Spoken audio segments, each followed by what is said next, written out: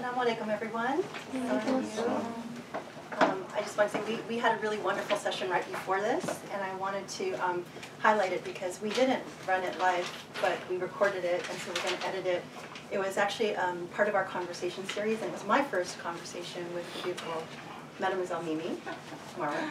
And we talked about some really interesting issues with regard to being a rising star in the fashion industry, going to New York Fashion Week, what it means to wear hijab, and just all the different issues that make it a very complicated issue. So it's really interesting, and I hope you'll watch it once we have it up, because it was fascinating for me. And we had a conversation after the last event, and I was so fascinated. I literally just picked her brain about everything, and I was like, okay, this is so interesting that I want to do it again and share it, and hopefully people have a chance to watch the whole thing. But I want to start by asking, who has watched this amazing show called Westworld? Okay, good. So I want to start by talking about Westworld, because it's one of the really exciting shows that, we every so often find shows that we fall in love with and then we binge watch it. And this was one of those. And if you haven't seen it and you're not familiar with it, it's about basically a human amusement park, and the people who own it, it's for really rich people who can spend like $40,000 a day to go and live out their fantasies. So, and they create this world, and there are different themes in this amusement park, and they create these like androids or robots, people who are humans, they look human, and they, interact with the real humans. So if your dream is to go and be a serial killer somewhere with no consequences, you can pay and go and kill everybody, and then, live out your dream. And then the people who own the place go back and fix up all the robots and put them back in service. And so this kind of goes on, or if your dream is to, I don't know, just commit whatever sin you don't want to have consequences for, then you can do that. What's really fascinating about the show is it really delves into issues of human consciousness, because these beings become sort of sentient creatures, and then they have emotions, they become very human-like. And it becomes sort of a moral question of, do these beings who feel and experience and remember things have any rights? And it's what's really fascinating. There's a lot of philosophy involved, and just sort of questions about the meaning of life. But what struck me is there's this part where when they're creating these beings, they try to create them with extra empathy. They want to make them more human-like. So they give them something which they refer to as a cornerstone, which could be like a defining event in their life. So it's the lens with which they see through. So for example, one of them was, his story, or his cornerstone, was that his son was killed when he was married, and that kind of affected the way he views life. So if that's, your defining event, maybe you kind of see everything through the context of, I'm a survivor of someone whose child was killed. Or if you are, let's say, a rape survivor, or a abuse survivor, or maybe you are someone who's prone to jealousy, or someone who's prone to egoism. It's like you have kind of like that one defining thing. And the creators found that when a person has that cornerstone, it's a lot easier to create a personality around that, empathy around that. People become much more human. What was really fascinating about that is just in our experience with real life, we find that people live their lives with cornerstones. Things might happen in their life that shape who they are, either through trauma, or maybe through experience or personality traits. But it's a really interesting thing, because it sort of makes people who they are, in a way, as a starting point. So I noticed this. I actually experienced this past 2 weeks. I'm going to bring it back to, last week we had an event with Tariq Ramadan, and Tariq Ramadan's daughter, We were talking about the case related to Tariq Ramadan. And as part of that experience, here through the Usuli Institute, we use social media, and we advertise our events, and we post things. So I'm actually a member on one particular group, and it's called Fitna. It's the Feminist Islamic Troublemakers of North America. Okay. And I became aware of this group because a friend of mine told me about it, and I've been a member for, for at least a year or something like that. And, and it was interesting to me because when I went and I read the description, like the about page, it said, okay, it was very well written. Obviously someone who was very smart and articulate was like, we are trying to cause fitna, we're Muslim feminists, and we want to invite academics and scholars and activists and community members and anyone who wants to share this space so we can come together and learn, collaborate, teach, start projects. So, it was very, nice, and for me, the idea of fitna, we talk about fitna here, and we sort of think about it in terms of, challenging the status quo, asking difficult questions and trying to rethink our faith, and how do we make Islam more humanistic or more, potent. And definitely, feminism has, a lot to do with that, or standing up for women's rights. And so, I thought, okay, this seems like an interesting group. I'll join it. There are probably between 4,000 and 5,000 members. And so I'll just kind of check it out. And I've done that with several other pages too. So when the professor wrote his opinion about the Tariq Ramadan piece, if you know as background, he did a lot of research and was quiet about the topic for a long time because he took the time to really research and understand what's going on here, and be able to speak with authority before he actually came out and said something. So when he did publish that, and we've talked about what happened, it was hard to publish that opinion piece. People censored it, they took it down, and all this sort of stuff.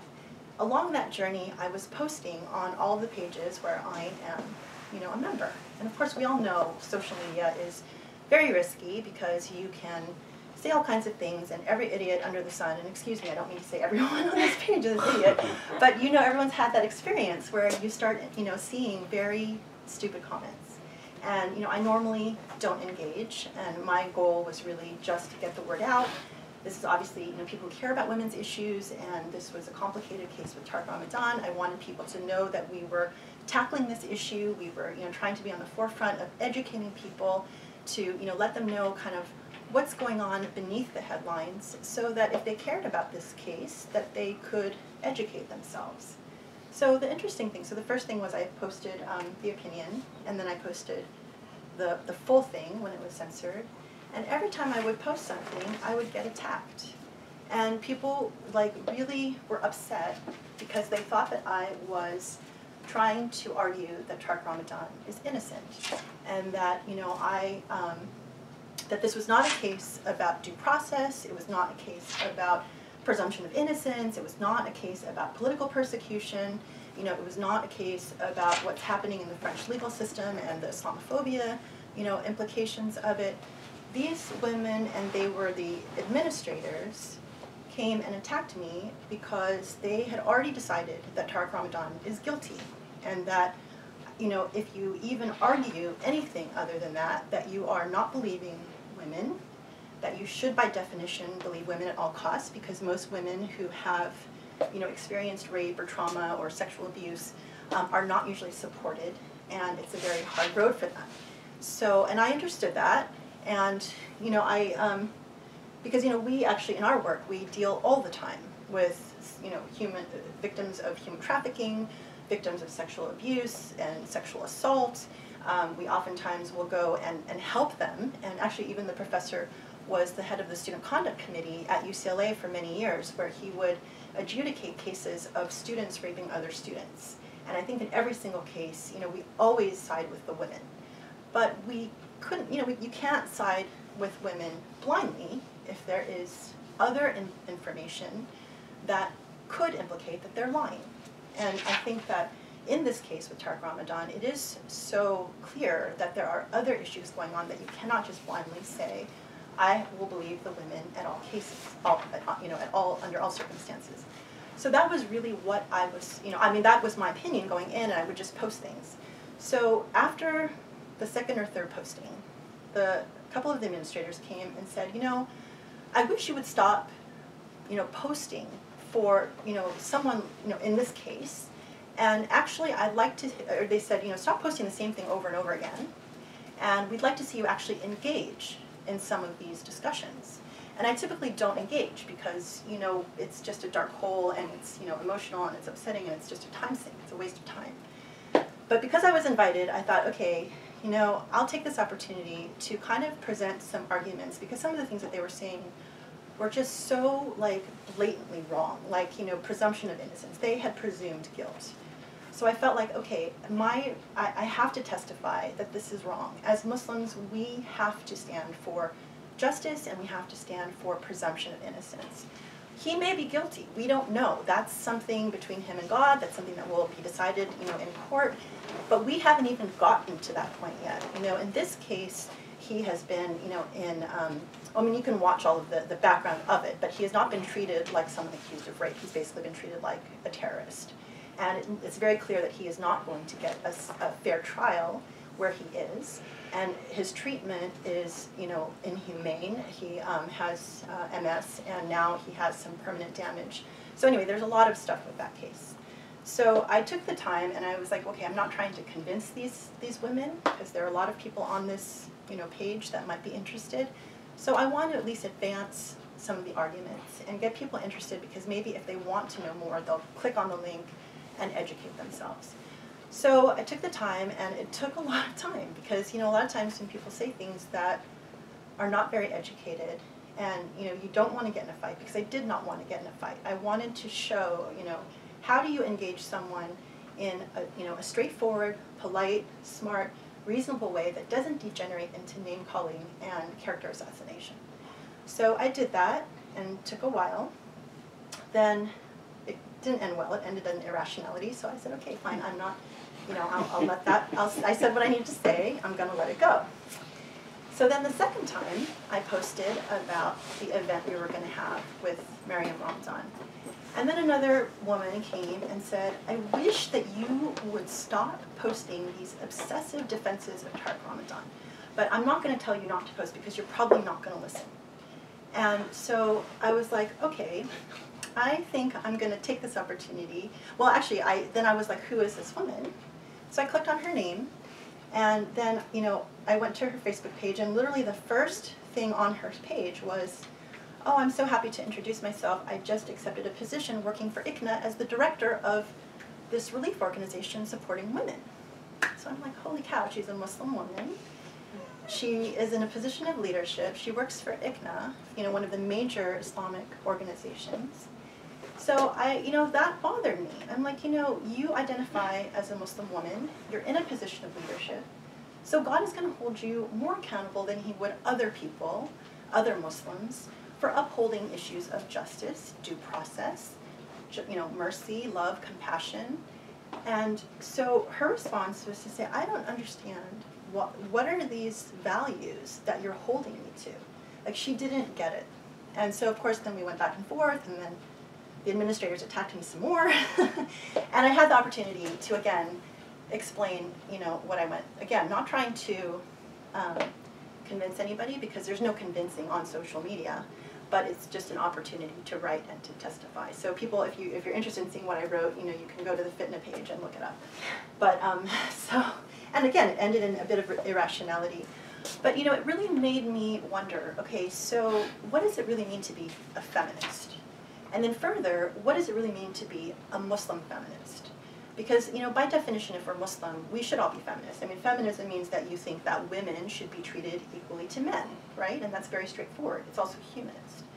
But I understand, people say, like the whole Black Lives Matter movement, it's kind of like, well, all lives matter. Well, okay, but we don't want to dilute the issue, because yes, it is true that all lives matter, but if the problem rests where Black people are or where women are, then it's right to call out and say, I'm a feminist because I'm standing up for issues that pertain to women and, that implicate feminism.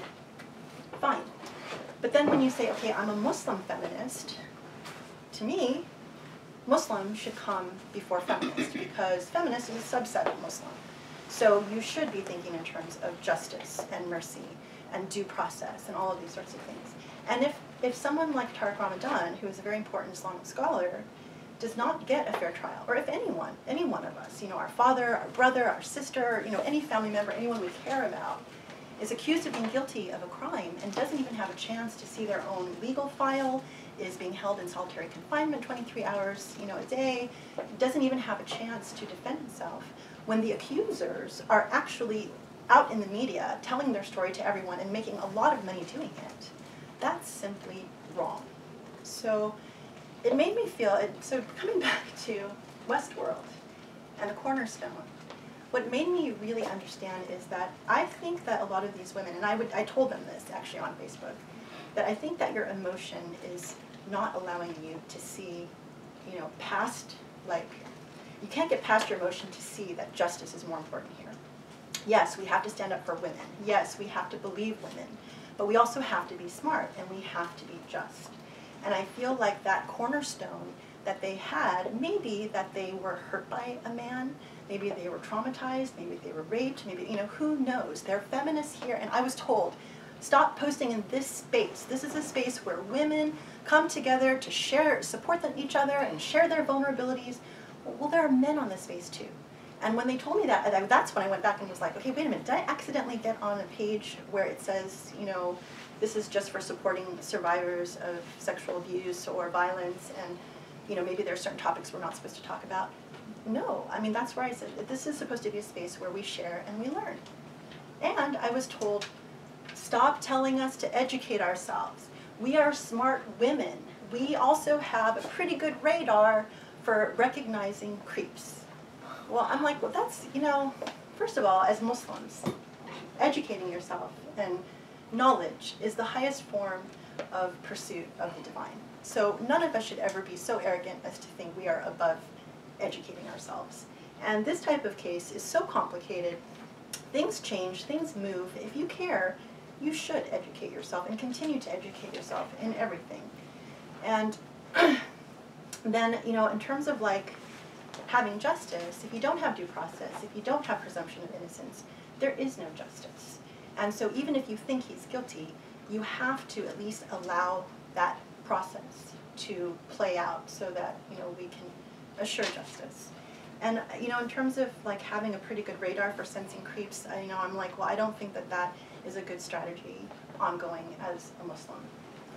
So, but point being, I felt sorry to a point for, these women, because no matter what argument you put forth, even when I said, okay, look, there are hundreds of academics and scholars and journalists who have written this, or signed on to this open international letter calling for Halaqa Ramadan to be treated fairly.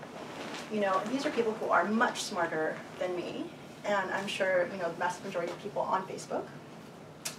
And, it's like, they were not able, they had been, I'm thinking that they were probably hurt so deeply that they couldn't get to the point where they could see rationality and justice, and, no one could help them. So probably that cornerstone is so powerful in them that they see everything through that lens. And part of what we do here is to help people heal and get beyond that cornerstone and change that cornerstone to one where you're seeing through the eyes of God, feeling through the eyes of God, thinking about justice, thinking about empathy. And, and I want to say that you can do that. For me to say to a woman who's in charge of helping women at ICNA, I'm holding you to the same standards I'm holding myself. I'm the director of an educational institute, so I have to be an example for other women, other people, in terms of upholding justice and presumption of innocence and fairness and all of that. It's not, these are God's standards. These are not my personal standards. And if you are working for an Islamic organization, you identify as a Muslim woman, you care about these things, you should hold yourself to that standard and not be confused when someone calls you out on it. But she was confused. And, so that to me indicated that there was an imbalance there. So the point being, I didn't mean to call out fitna. I don't mean to call out this woman in particular. I'm just trying to say, when you think about what defines you as a person or your cornerstone, we want to switch that cornerstone to something that's more solid, that is based on God's principles. And the professor talks about the concept of mulk and malakut, or the idea of this world and the hereafter. The world of the seen and the world of the unseen. So when we leave this earth, where things are, grounded in gender, race, ethnicity, things of this world, when we leave this earth, those things are not going to matter. It's not going to matter whether you're a woman or a man. What's going to matter is the light of your soul and who you are. So if you can make that cornerstone as close to the divine as possible, then hopefully you can make that light of your soul shine really bright. And that's really what matters, is at the end of all of this, that you're focused on that light. So that's my story.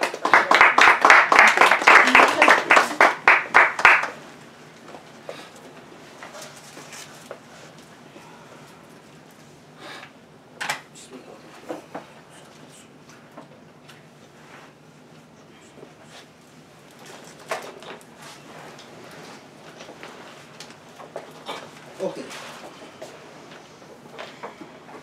Continuing on with Surah al Rahman. Like so many Surah al-Quran,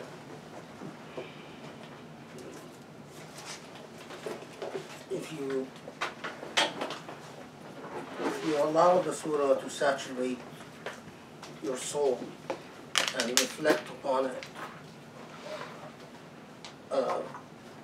with the proper enthusiasm, it really could transform your entire being and your entire consciousness. So, as you will recall, we get to the point maintaining the surah throughout maintains this duality in narrative, and it is also a confirmation and a reaffirmation of the fact that God alerts us consistently to the truth of a bifurcation, a division between what is truth and what is false, what is good and what is bad, because through our own human experience, we often reach a point of relativity to which, to the extent that we no longer believe in these objective values, in these ultimate values.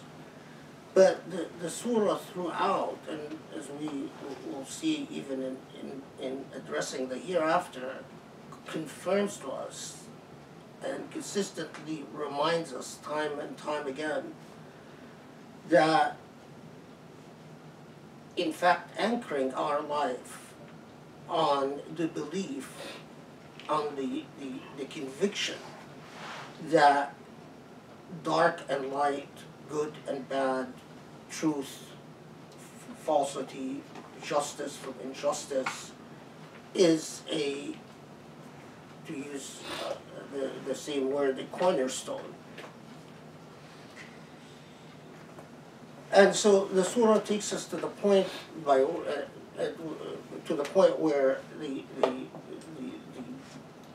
God calls an end to material existence, and in the end to material existence, even the physical truth or the physical reality of the skies as we see them will alter and you remember our discussion about how the color of the sky itself then alters, and everything on this earth that is from this phase of creation ends, and only the face of your Lord remains as objective truth, which of course is a symbolic reference to the immutability and eternality of the divine as opposed to everything else that is temporal and passing. And then comes the phase of accountability, and in that phase people are confronted with the truth that all of us, to some extent or another, at one point or another in our lives, we wonder about, if we don't outright doubt, and that is the truth of punishment, the truth of accountability, and that there will be consequences to everything we said and did, every act that we taken in life, and we talked about in Surah al Rahman in particular, the way it describes punishment in hell is, and in our terms, in our modern terms, a form of, if you can call it an application of energy that is not pleasant and that is affirmatively an affirmative form of exaction from whatever suffering you've inflicted. You're going to pay for it, basically, in a proportional amount of suffering that you will go through. And that is, throughout study of the Quran, at least I have come to the conviction that whatever suffering you have failed to take account of that you've inflicted on other human beings, whatever suffering that you were oblivious to because of lack of empathy and lack of sensitivity, you'll be paid. You'll pay it in the hereafter, and there will be an exacting measure for it. Okay, and then, as is typical of the Quran, whenever punishment is mentioned, the reward is also mentioned. And we came to the point, the description in Surah al Rahman of, again, a duality of the rewards. And when using the expression Jannatan, which can be translated into two paradises, and the debate as to whether a paradise, and a Jannah basically is an expression of just deserve. I mean, we say paradise, and I don't like the word paradise because it translates poorly, but a better translation for it would be just deserve. And your just deserve, whether one is for jinn and one is for humans, and we've talked about that debate, or whether the duality that the Quran refers to is actually talking about two different nuances of just rewards, one physical and one spiritual, as some have described it, Jannah Jusmaniya or Jannah Rawhaniya, that one that takes place at the level of physicality and materiality, and another that takes place at the level of spirituality. And in my view, that these are layers of meaning rather than exclusive meanings to, and the more you absorb and internalize the discourse of the Quran, the more layers of meaning unfold within you.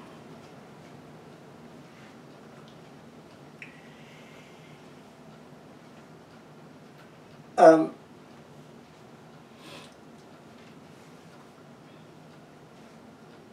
just curious as to how they translate it. Yeah. See, before it introduces the word Jannatan, the two just layers of just deserve, or two genres of just deserve, the ayah says, وَلِمَنْ خَافَ مَقَامَ رَبِّهِ جَنَّتَانِ.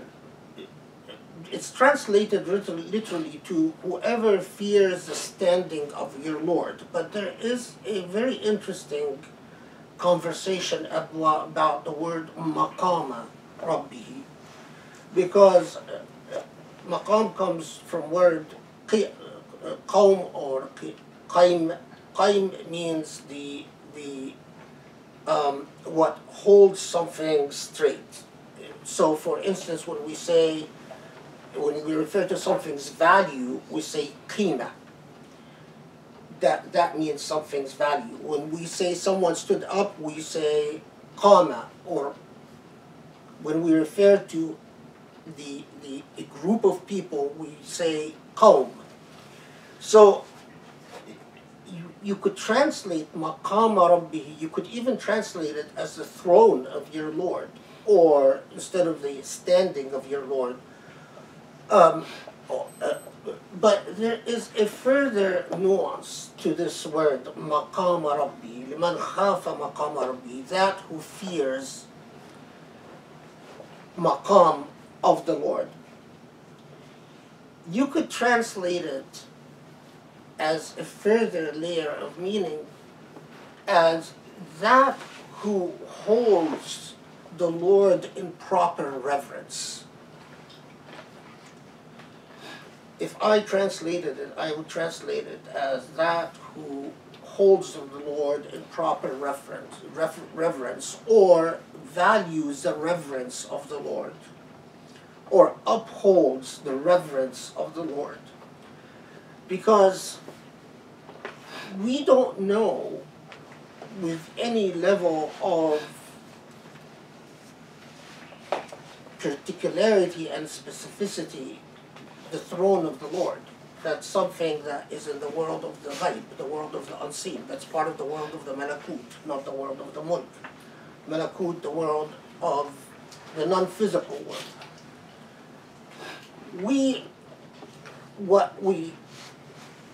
And often what alerts our conscience, what calls upon our conscience, is not the details of the law, is not the specific do's and don'ts, but a sense of awe of God. So even in Muslim societies, what becomes part of the cultural expression is khaf Rabbina. When anyone is acting unjustly or unfairly or cruelly or meanly or forgetting themselves, you told them khaf Rabbina, fear God. What you're referring to here is not a technical discussion over the law. What you're referring to is a sense of awe or reverence that you think of something more than your self-interest and more than your simple ego. So even if someone, if you're being mean to your mother in cultural expression, the mother will say, khaf Rabbina. What she was referring to is not technically whether you have a right to disagree or not. What she's referring to is think of God, think of my place as a mother, and your reverence towards God should humble your ego.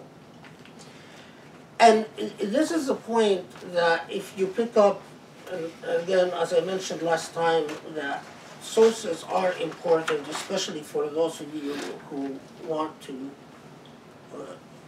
go on in the journey of knowledge.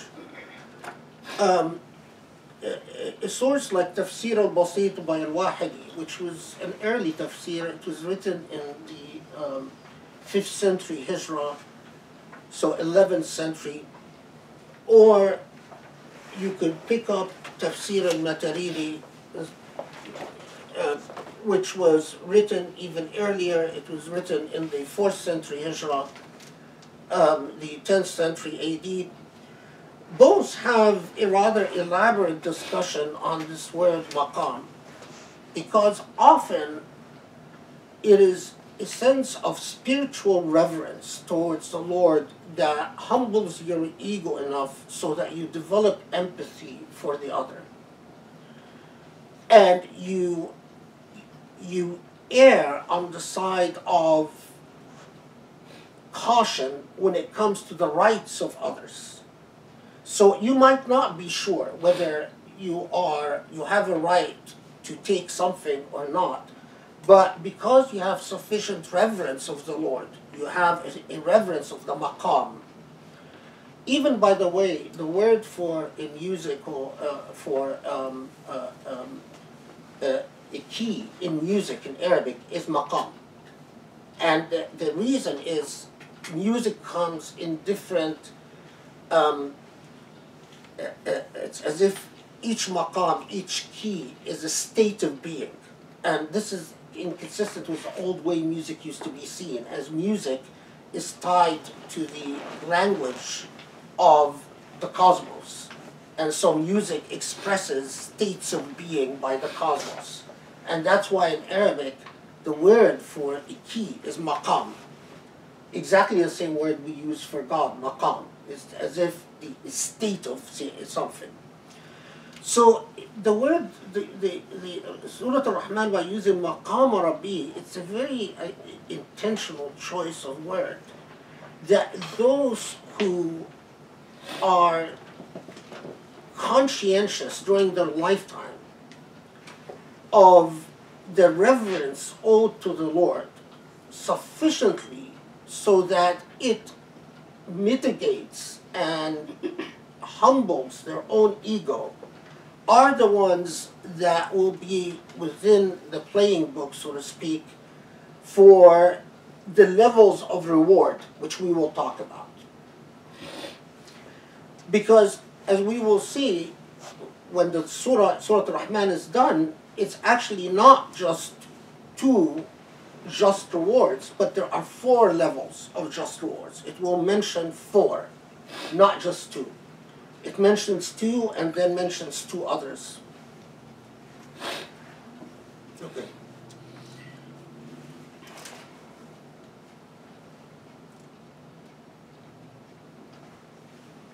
So then,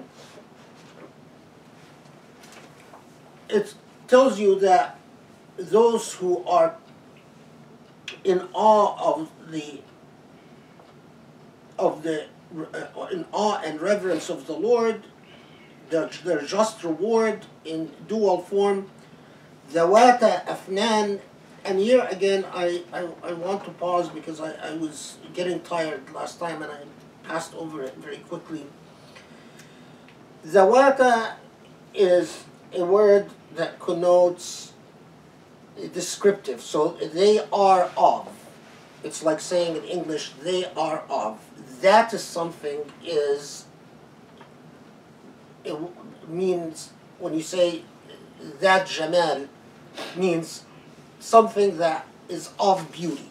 It's like saying something beautiful, but that Zawat means of something. And so the material word here is afnan. Now, it comes from derives from the word fanan, and fanan is anything that is artistic and creative. Like Marwa's discussion earlier about her art, we would call that fan was a shadda, because we take out one of the noon, and it becomes fan instead of fanan in language. So when you say zawata afnan, so you're saying these dual forms of just rewards are of a range of manifestations of art and beauty. And it's again a word that detained Muslim scholars, because the literal scholars said, well, it's basically saying that the reward of Jannah, of paradise, we use that word, is just so magnificent in its manifestations that it will bewilder the eyesight and your state of consciousness. It's more than you can have ever imagined in your lifetime. Theologians, however, I'm looking at the literal translation. I'm always curious how here they translated it.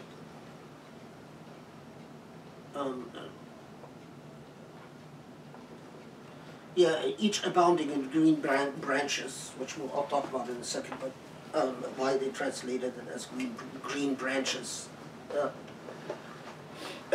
well, part is that in Arabic poetry, when they would refer to fenan, they often refer to heavy vegetation, but as heavy vegetation being for especially the Arabs of Hijaz,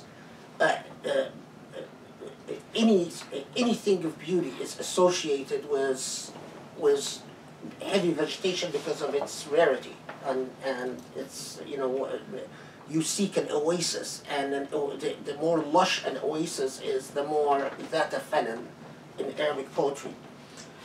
But so reflecting on it, some of the most interesting commentary about the Wata Afnan is that the old Arabic expression that knowledge and learning is the ultimate form of fen, the ultimate form of yield, lusciousness, art, beauty. So al-ilmu fen, or al-ma'arifu funun, which is, these expressions are anchored in and co-opted by Quranic discourse, where there's an association reaffirmed by the Quran between a raised state of knowledge and awareness and the highest form of art and esteem of the opening of human consciousness. And so, and I'll just, some writing on it, Zawat Afnan said that it refers to أنواع من المعارف والحقائق المثمرة للحالات العلية والمقامات السنية, which I read last Halaqa, but I just want to elaborate on it with less of an exhaustion factor, hopefully. That what it refers to is that once you get to the hereafter, levels of knowledge and vindication of truth, you live your life always wanting to believe in good and bad, in beauty versus ugliness, in justice versus injustice, but your entire life on this earth could expire without absolute vindication for any of these beliefs, in your conviction that there is justice versus injustice, beauty versus ugliness, truth versus falsehood. But you come in the hereafter, and some of the just reward is a state of consciousness in which layers of knowledge open up to you, and in these layers of knowledge is an elevation of the status of the human soul, of the state of the human soul. It's as if, you know, you could, if you think of some of the Sufis like Al-Hallaj or Ibn Arabi or Jilani and so on, who elevate their souls life while living on this earth, but they're the exception, they're not the rule. Part of your just reward is that you get to partake in the elevation of the soul in the hereafter, where you can see what Hallaj might have seen through this journey on this earth. And as I said last time, this was meaningful to commentators on the Quran that belonged to either the spiritualist school, the scholastic school, in other words, commentators who valued the elevation that is achieved from increased levels of knowledge, while there is a whole school of literalists like Ibn Kathir, for instance, commentators who just didn't get it. They didn't get why would knowledge of justice or beauty or truth constitute a reward. What matters is that you're given material things that you can enjoy in a material way. And for me, part of the beauty of the Quran is that it talks to all nuances of human consciousness and addresses them. And as much as you invest in this text, as much as you get from it. Okay, so next. فيهما عينان تجريان.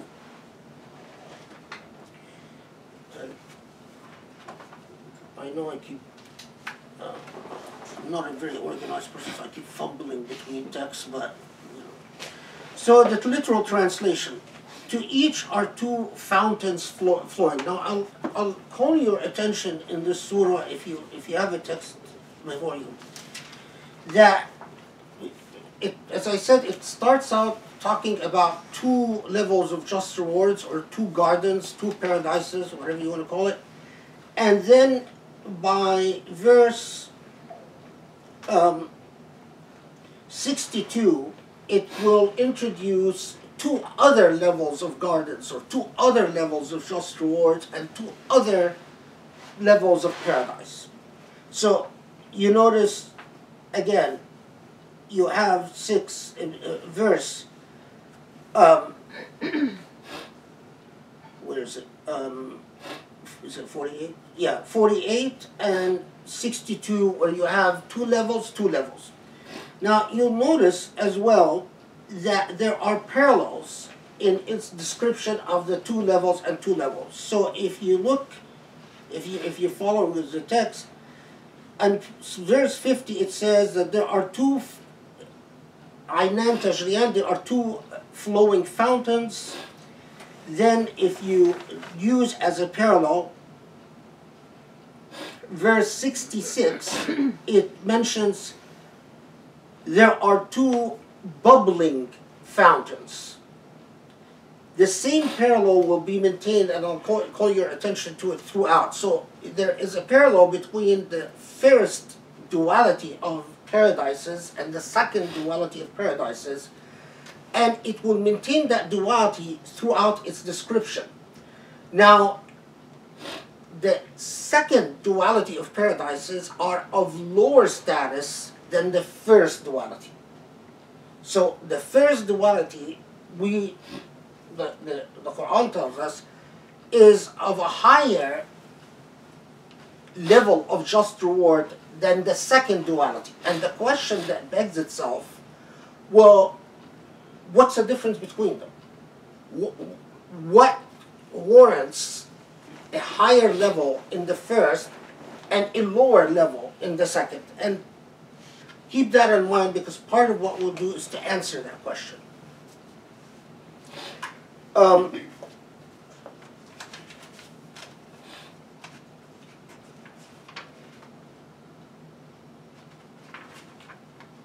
Yeah, I mean, just so, might as well just, I'll just flag it now, and we'll walk through it together. But when in the duality, so it talks about Zawata Afnan for the first two paradises. I'll just use two paradises just to get the point across, right? So the first two paradises are Zawata Afnan, and we talked about what Zawata Afnan means. But the second two paradises are Mudhammatan, and we'll talk about what that means. When it talks about the first two paradises, it says فِيهِمَا عَيْنَانْ تَجْرِيَانْ. When it talks about the second two paradises, it says فِيهِمَا عَيْنَانْ نَضَّاخَتَانْ. And we'll talk about the difference between the two. So the first is flowing rivers, the second are bubbling rivers. When it talks about the first two paradises, it says فِيهِمَا مِنْ كُلِّ فَاكِهَةٍ. In the second two paradises, it says فِيهِمَا فَاكِهَةٌ وَنَخْلٌ وَرُمَّانٌ. That, and again, I'll translate the two when we get to it. And so on. So it's fascinating that it's as if we are talking about the same genre of rewards, but the difference between the two genres is their level, not their nature, but the level that is granted. Okay. So when it says فيهما عينان تجريان, the literal translation is easy enough. The literal translation is that they have two fountains or two rivers flowing. For a literalist point of view, if you are a first layer interpreter, you say, well, yeah, heavens have flowing rivers, and that's part of the beauty, and that's part of the enjoyment, and that's part of the pleasure. But going beyond that, theologians who reflected upon the expressions of aynan, because ayn doesn't necessarily mean water and doesn't necessarily mean river. What's ayn? Could mean eye, it could mean source, it could mean a source of goodness, like the word sharia. So when you say ayn nadakha, literally mean an endless, bountiful source of goodness. Now, because we're human beings, we visualize this goodness as water and rivers. But it's not necessarily so. And so, you know, because I do want to make sure I finish Surah al Rahman today, we have to. Otherwise, no one will lose everyone. You know, no one, and people are not, don't have the passion that, as I said, I spent 30 years of my life just on the surah, and I'll easily spend another 30 years just reflecting on the surah. So, but, you know, we all have our own journeys on this earth.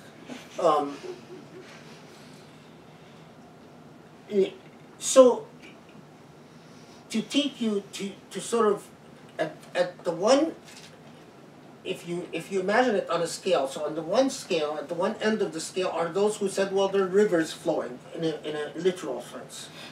On the other side of the scale are those who said it refers to the ultimate source of goodness. All goodness comes from two things. Al-Asma' wa-Sifat, the names of Allah and the attributes of Allah. The names of God and the attributes of God. And this is a huge, enormously rich field. How do we get to the point that all goodness, all beauty, everything that is beautiful and good in existence either comes from the names of God or the attributes of God? It is in fact the absence of the names of God and the attributes of God, or a deficiency in fulfilling the names of God and the attributes of God, that leads to ugliness and that leads to injustice. That's the nature of what is evil. Is that in a particular space and point, you don't find the names and the attributes of God. And hence, one of the most beautiful expressions in commenting on this particular stanza, فيهما عينان تجريان, is, I'll read it in Arabic and then I'll translate it. تجريان بين يدي الملتجئ إلى الله. تجريان بين يدي الملتجئ إلى الله على مقتضى التجليات الحبية. So, you will encounter a pristine unfolding of beauty in its true form. But to what extent you will have your fill from it, well, it depends on the extent to which you loved God. If you lived your life in utter adornment of God, you've loved God totally and completely, you might get an unfettered access to the attributes and names of God. You become a thorough intoxication. If you never really loved God, what unfolds to you, perhaps you only feared God, you only feared hell, but you never loved God. You never got to know God. Then what unfolds to you will be in proportion. But it's one of the and as you can imagine, you can sit and you can pursue in the sources of knowledge, in the texts of knowledge, elaborations and studies, and including experimentations. Tajalli means whatever disclosure by the divine was given to you. That's what tajalli means, the word tajalla. And so when we say Allah Jalla Jalalu, means Allahul Mutajalli, Allah that discloses Allah's self to those that love Allah. And among what you can read are narratives that testify to what a particular human being has experienced in the way the Lord disclosed to that being.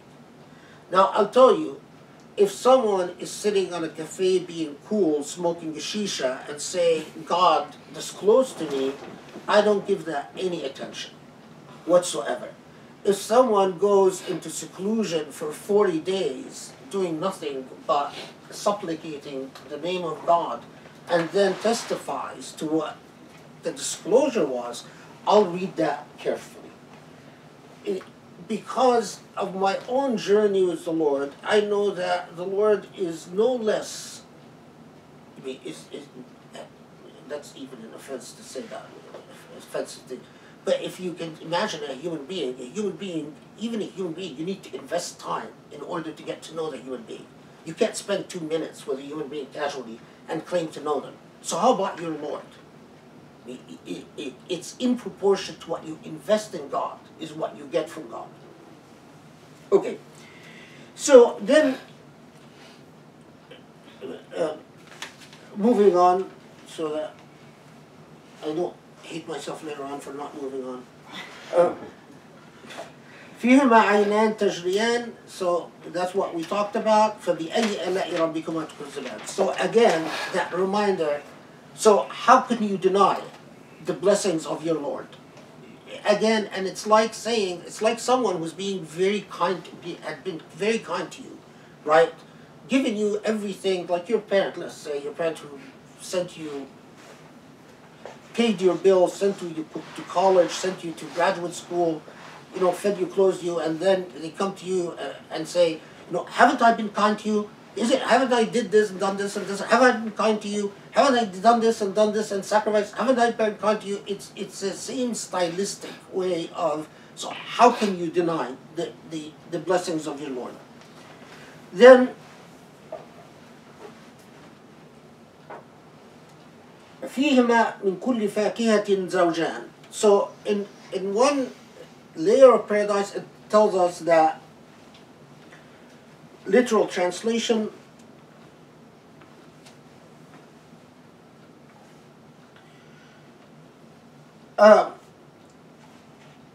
there are of each 2 kinds of every fruit. فيهما فاكهة من كل فاكهة زوجان. Now, in the other 2 layers of paradise, the layers that are lesser layers of paradise, it will tell us فيهما فاكهة, there is fruit, ونخل ورمان, and palm trees and pomegranates.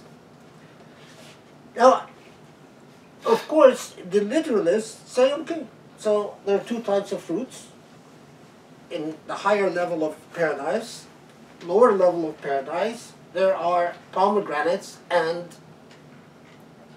there's fruit, pomegranates, and palm trees. But the question obviously is why? I mean, God has created so many types of fruits, and why would it be the just reward of every fruit there are two kinds? I mean, is that... So the literalists quite often said, come to this and said, you know, we don't know. Paradise is going to be something we've never experienced before.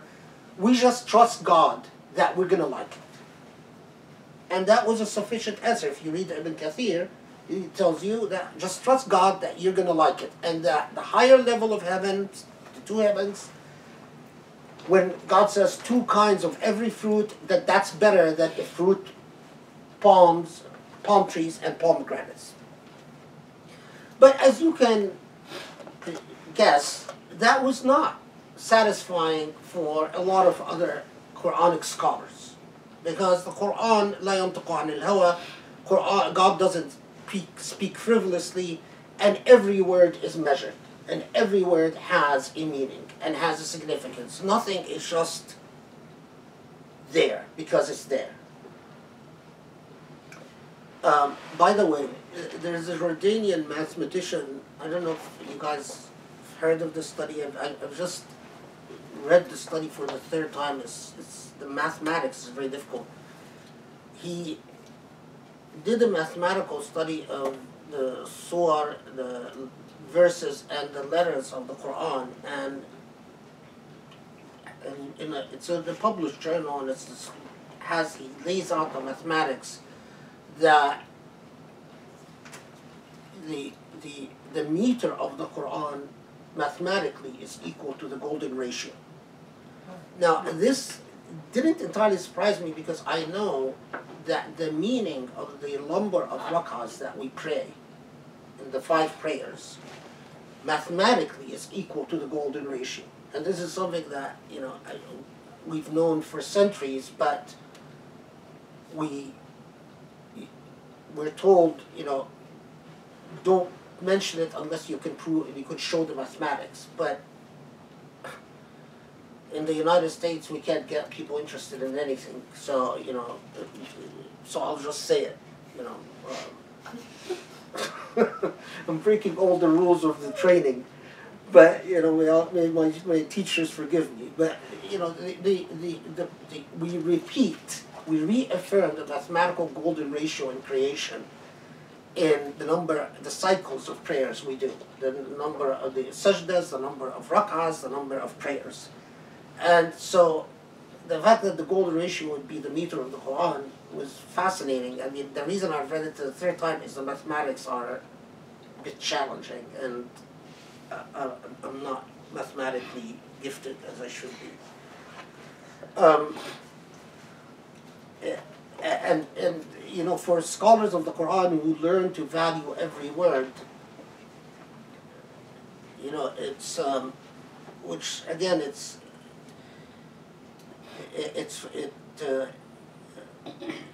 clashes rather sorely with the way a lot of Muslims deal with the Quran in our day and age. So, someone who tends towards the literal school of thought, but not completely, like Qurtubi, one of the famous commentators on the Quran, reflecting upon this, said, well, I don't really know what 2 types of every fruit means,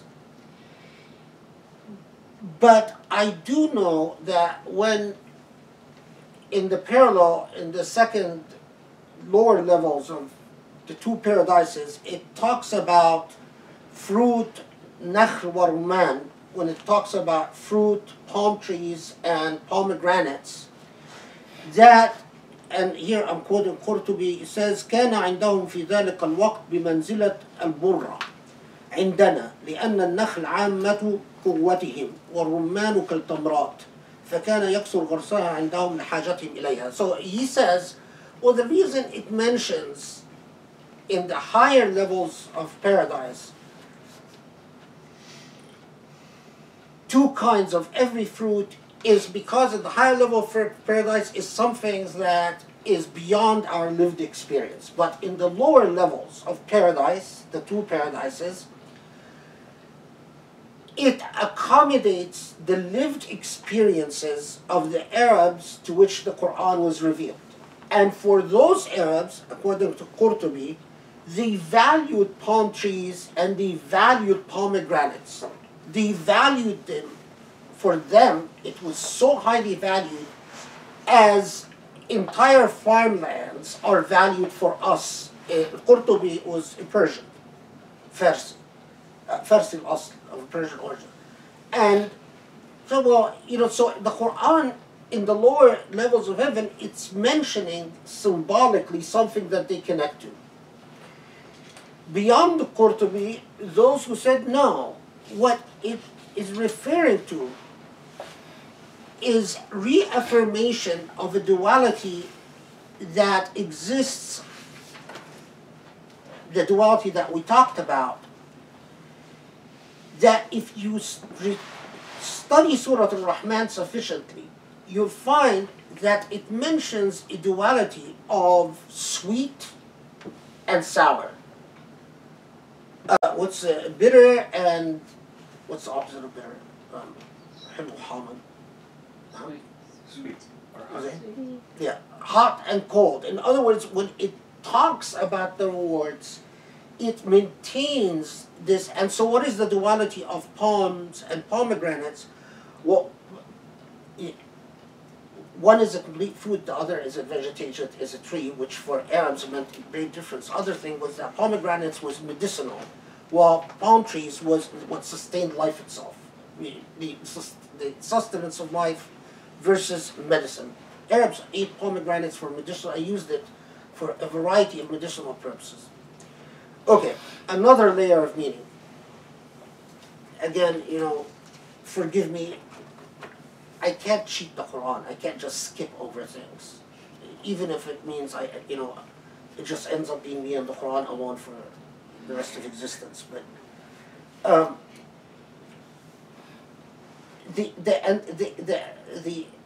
again, that scale, on the other end of the scale. So من كل فاكهة زوجان, that it refers to صنفان من المعارف والحقائق. It refers to the two essential and quintessential forms of knowledge of all beauty and all justice. All beauty and all justice can be distilled either to the names of God, the names of the Creator, or the attributes of the Creator. And so when it refers to this duality, it refers to the duality, the fakiha here. The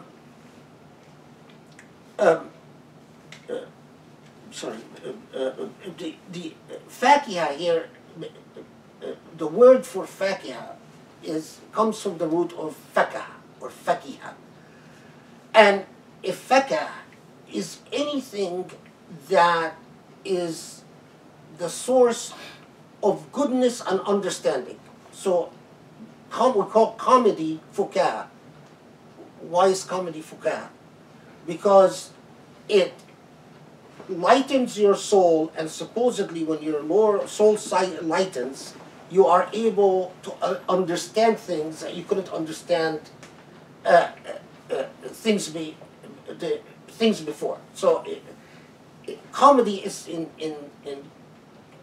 at least in Arabic poetry and in culture, was supposed to be a means for people to increase their ability to understand by breaking a cycle of degeneration through melancholy. Now, of course, it's rather interesting that comedy becomes sort of like in our culture often just a cause in and of itself, but it's a noble cause in at least in old epistemological systems. It's a noble cause because it breaks away the disease of melancholy. And the medievalists saw melancholy as a serious disease. And part of the way you treat that disease is through fukaha, through comedy. So when you say fakiha, the reason fakiha refers also to fruit is fruit plays the same role.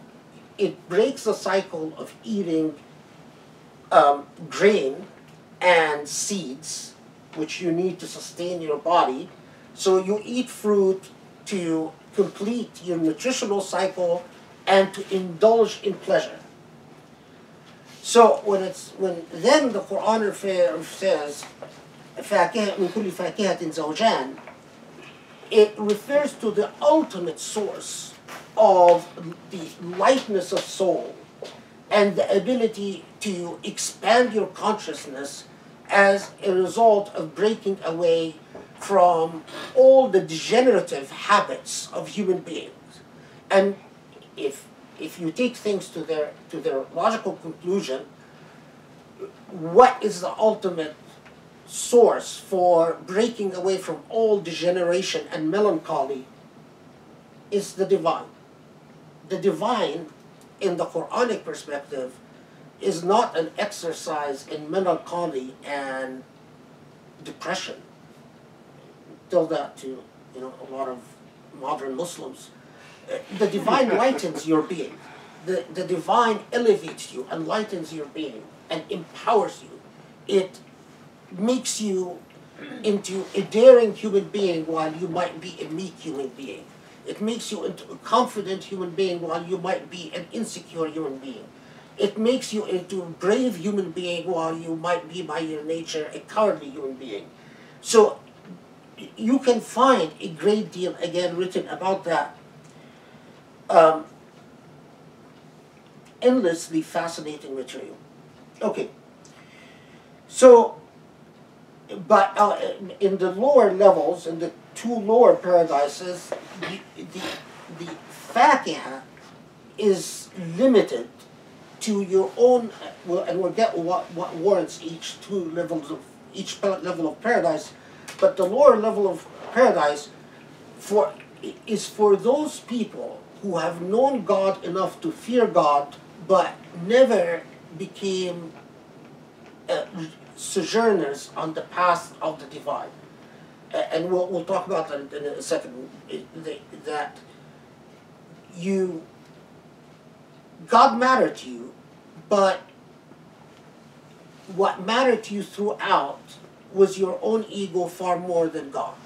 And you obeyed God, meaning you did some things enough to warrant a reward, a just reward, but not of the elevated type. And for these people, they will not be privy to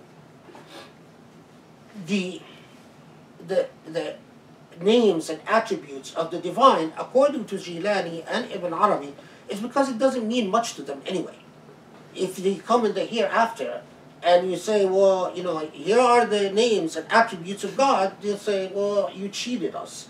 There is, famous Bedouin Arab who wrote in a poem that God has promised me plenty of sex in paradise. By God, if I go in the hereafter and God doesn't deliver, I'll sue him. And that poem was preserved, and but it's a certain level of mentality. Those who expect, and for those people, yes, God invokes the palm trees, which is symbolic for what sustains nourishment, and pomegranates, which is symbolic for that what maintains health. And for them, the reward is quite material in that sense. Okay. Now, فَبِأَيِّ آلَاءِ رَبِّكُمَا تُكَذِّبَانِ. So how can you possibly deny the blessings of your Lord? مُتَّكِئِينَ عَلَى فُرْشٍ بَطَائِنُهَا مِنْ إِسْتَبْرَقٍ وَجَنَى الجَّنَّتَيْنِ دَانٍ. Now, this is beautiful Arabic. This is like one of these things that if you are a lover of Arabic poetry, one of these verses that just blows your mind with its eloquent constructions, which I will not attempt to explain, but the music is just unbelievable. متكئين على فرش بطائنها من استبرق وجنى الجنتين دان. Now, the literal translation: they recline upon beds lined with rich brocade, the fruits of 2 gardens near at hand. The literal translation, I don't know, does it blow your mind? So, they recline on beds, I want to say was a translation was lined with rich brocade. That's بطائنها من استبرق. Just the بطائنها من استبرق, lined with brocades, rich brocades. Okay. وجنى الجنتين دان. The fruits are nearby. Now, big question is, who are the they? Who are the they? Now, a whole class of male interpreters read this verse and said, well, it can only refer, that they can only refer to women laying on rich brocades. Sorry, that's the verse after this. I've got ahead of myself. No, this one, before we get to the women, because we didn't get to the maqsurat fil khiyam yet. Sorry. So, who are the they? He said, well, the they must refer to those being rewarded, being on rich brocades, plucking fruit without effort. Now, take the parallel for those who are on the Lord's, فيهم فاكهة النخل والرمان فأي ربكم فيهم خيرات الحسان. خيرات الحسان, this gets into the they issue a little bit. So let's skip the parallel for now. The rich debate about this thing of laying on brocades. Okay, so if they are plucking fruit, then وَجَنَى الْجَنَّتَيْنِ دَانٍ, the fruits are so easy to pluck. It's not much of an effort to pluck fruits. So why is this a reward worth mentioning in paradise? Rationally, what type of reward is it? For the literalists said, well, it's just the image of comfort. You're laying on something rich brocade, something brocaded that looks beautiful, and the fruits are so close and you're indulging yourself. This was not sufficient for, again, and I'm summarizing schools or classes of interpreters who said, well, but why brocade? And look at the little بطائنها من استبرق. What is the button shape? Either the inner of something or the bottom of something, right? So if you're lying on brocaded thing, you should say ظواهرها من استبرق or ظاهرها من استبرق. In other words, you're lying on the brocade, so what's important is its outer side, not its inner side.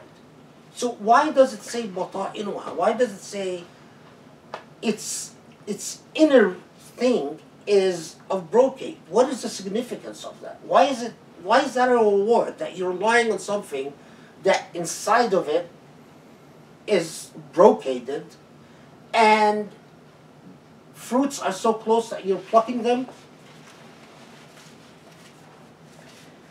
Now, it's, since this is, the purpose of this is educational, it's, among modern Muslims, it is the reason that science of tafsir has practically died among modern Muslims is modern Muslims don't read the Quran this closely. Modern Muslims are not even, they're surprised when you tell them, well, why does the verse say that and what type of reward is this? They're not accustomed to dealing with the Quran in that way.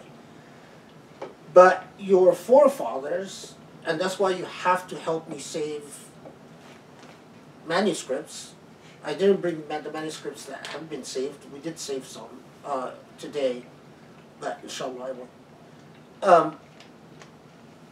But anyone that hears me out there, help me save manuscripts. I was absolutely right. I got one of the manuscripts, was absolutely 100% from Syria, from Damascus.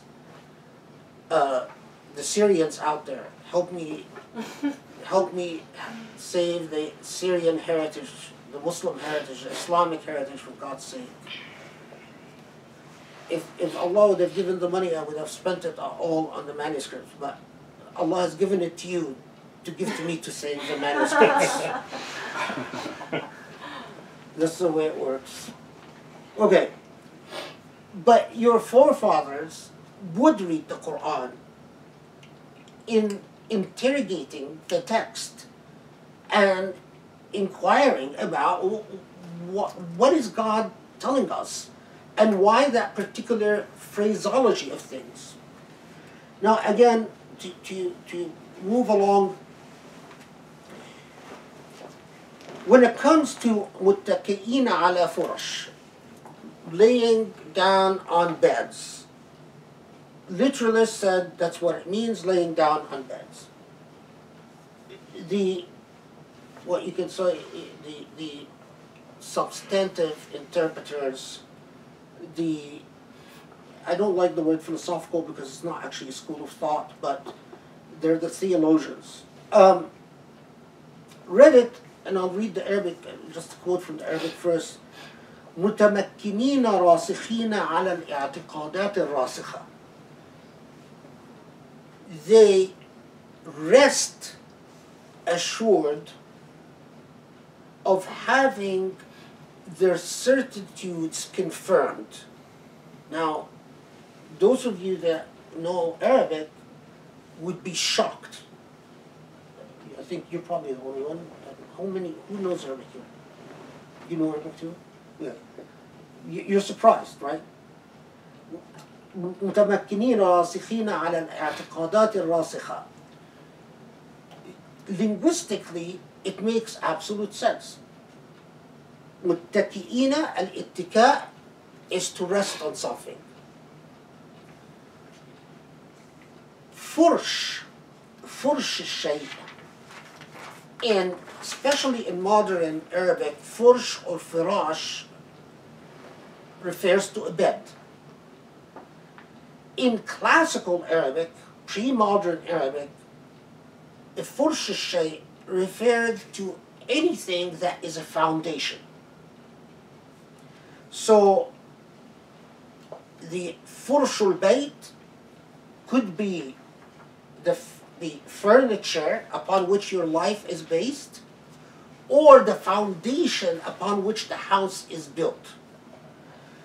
In classical engineering, the word فرش would be used for the topographical foundation.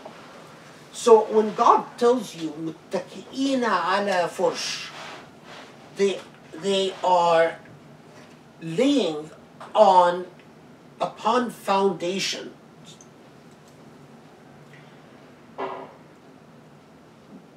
The theologians and the Sufis said, well, going along with the theme of now you have attained an enrichment through the knowledge of beauty and justice and truth, through the names and the attributes of the divine, is that now the torment that comes from doubt and from argumentation and from second guessing and from criticism has come to an end. That's the ittika ala al-fursh. Again, for a lot of modern Muslims, they would have no clue that that's the meaning.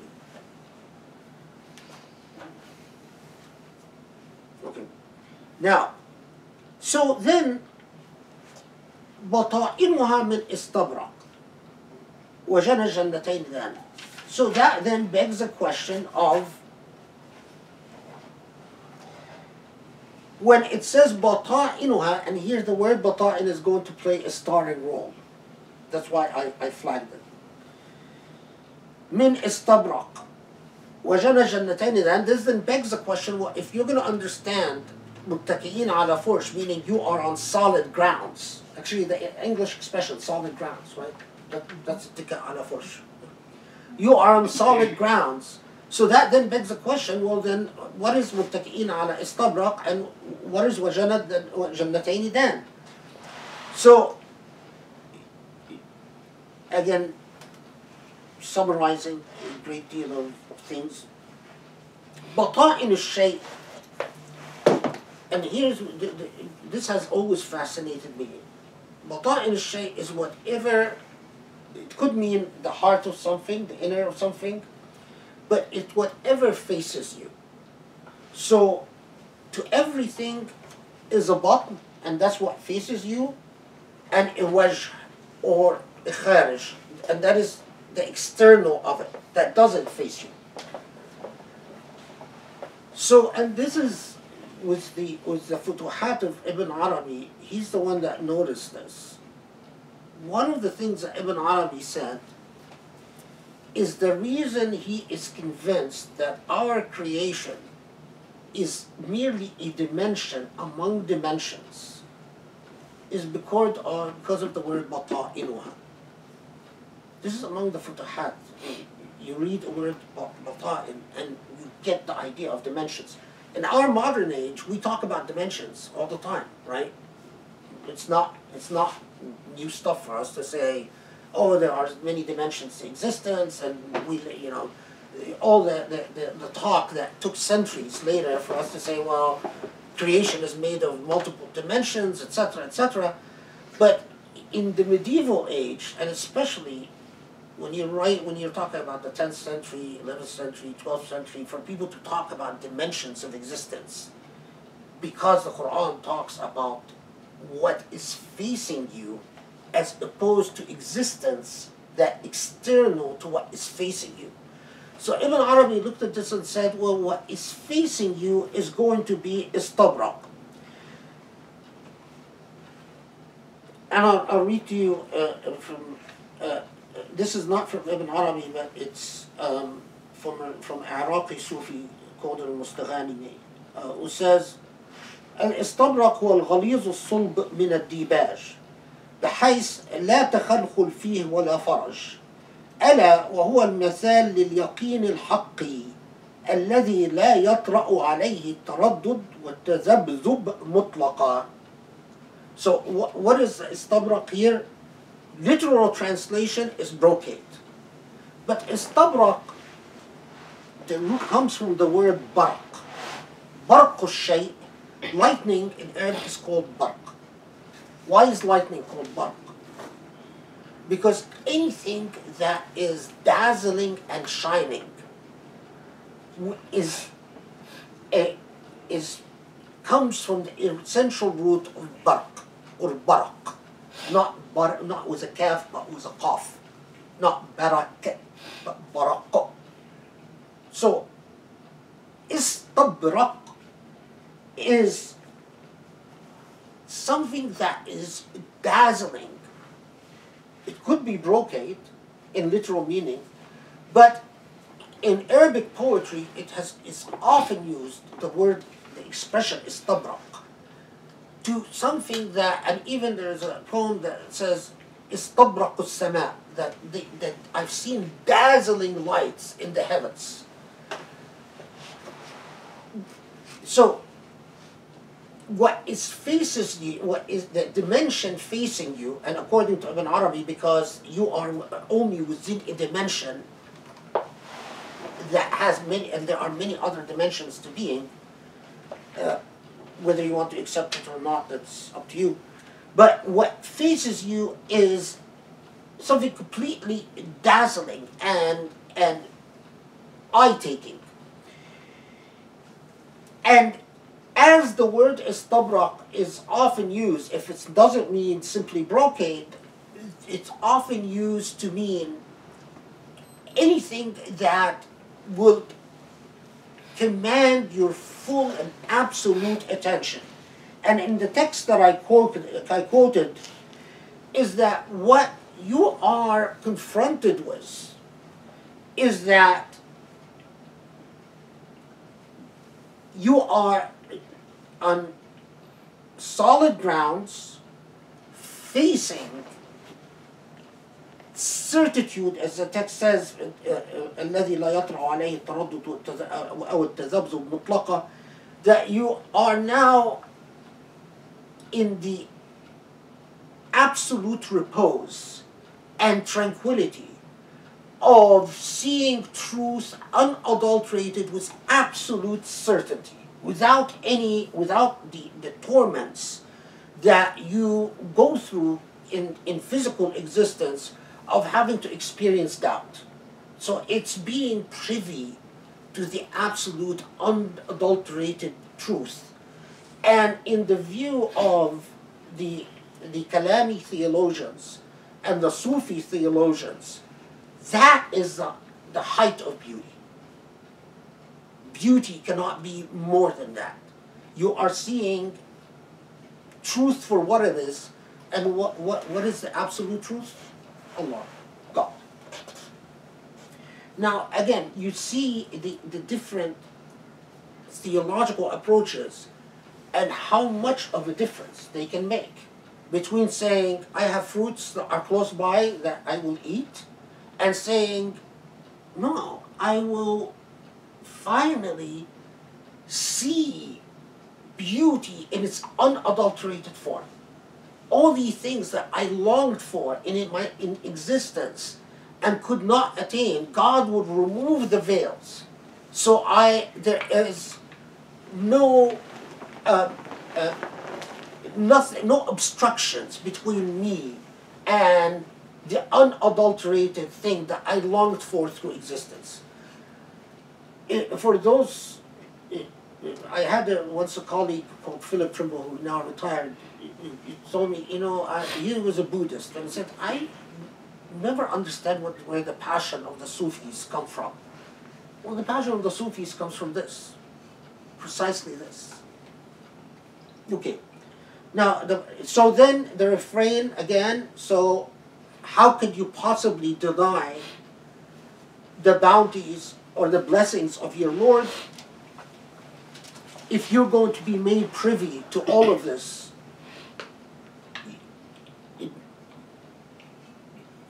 How could you, now we come to the part that I skipped ahead.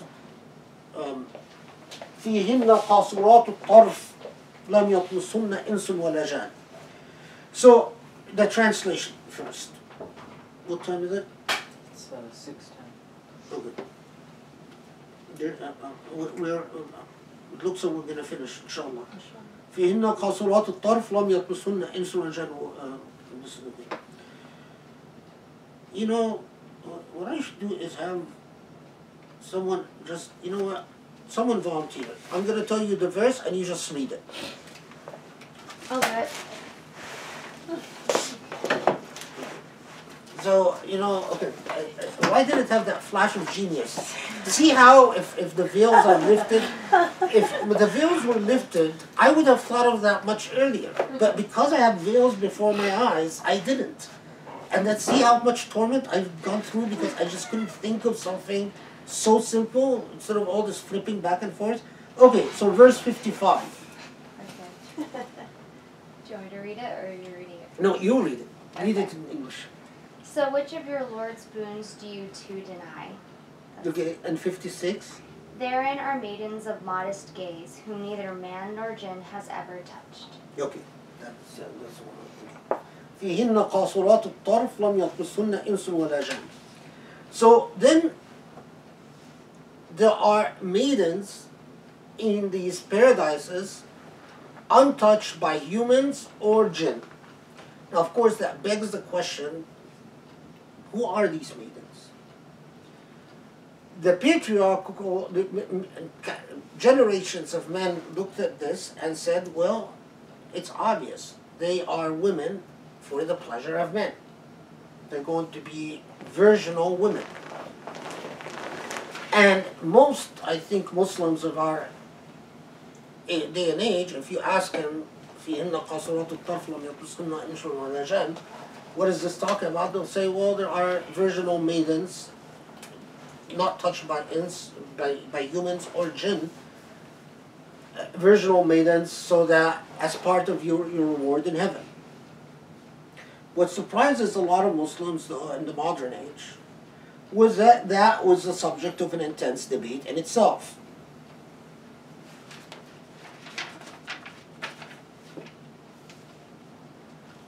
Now, there are two main schools. Three main schools. The school that said, yes, they're virginal maidens for the pleasure of the men being rewarded, right? Second school. Second school said, it's not referring, the maidens that are there are not women created for the enjoyment of men because, remember, we're talking about a duality, and for some of them, they said that this is the duality of reward for humans and jinn. How can God reward humans or jinn with angelic virginal beings? Either God creates a human so humans can enjoy them, and jinn so jinn can enjoy them, but that involves injustice to the human created for enjoyment. This is like Westworld. I just thought of it now. SubhanAllah.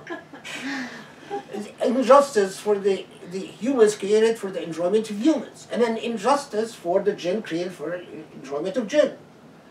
So the literalists said, well, maybe they're angels. They're not humans or jinn. Response by the Mutakallimun is that, well, that's problematic. Because angels, by their nature, we know that the Prophet Muhammad, when Gabriel, the angel Gabriel, would come to him, it would be a very trying physical experience. So how can God then have angels dedicated to the sexual pleasure of humans and angels dedicated to the sexual pleasure of jinn? They found that very problematic. So the second school said, no, it must be referring not to maidens created for men, but the existence of women in that layer of heaven. So when it says, فِيهِنَّ قَاصُرَاتُ الطَّرْفِ, قَاصُرَاتُ الطَّرْفِ means that, it could mean that they have a lowered gaze in a fetishized sexual sense. The woman was a lower gazed, which is an erotic image, and that's how many men read it. Or qasurat al-tarf means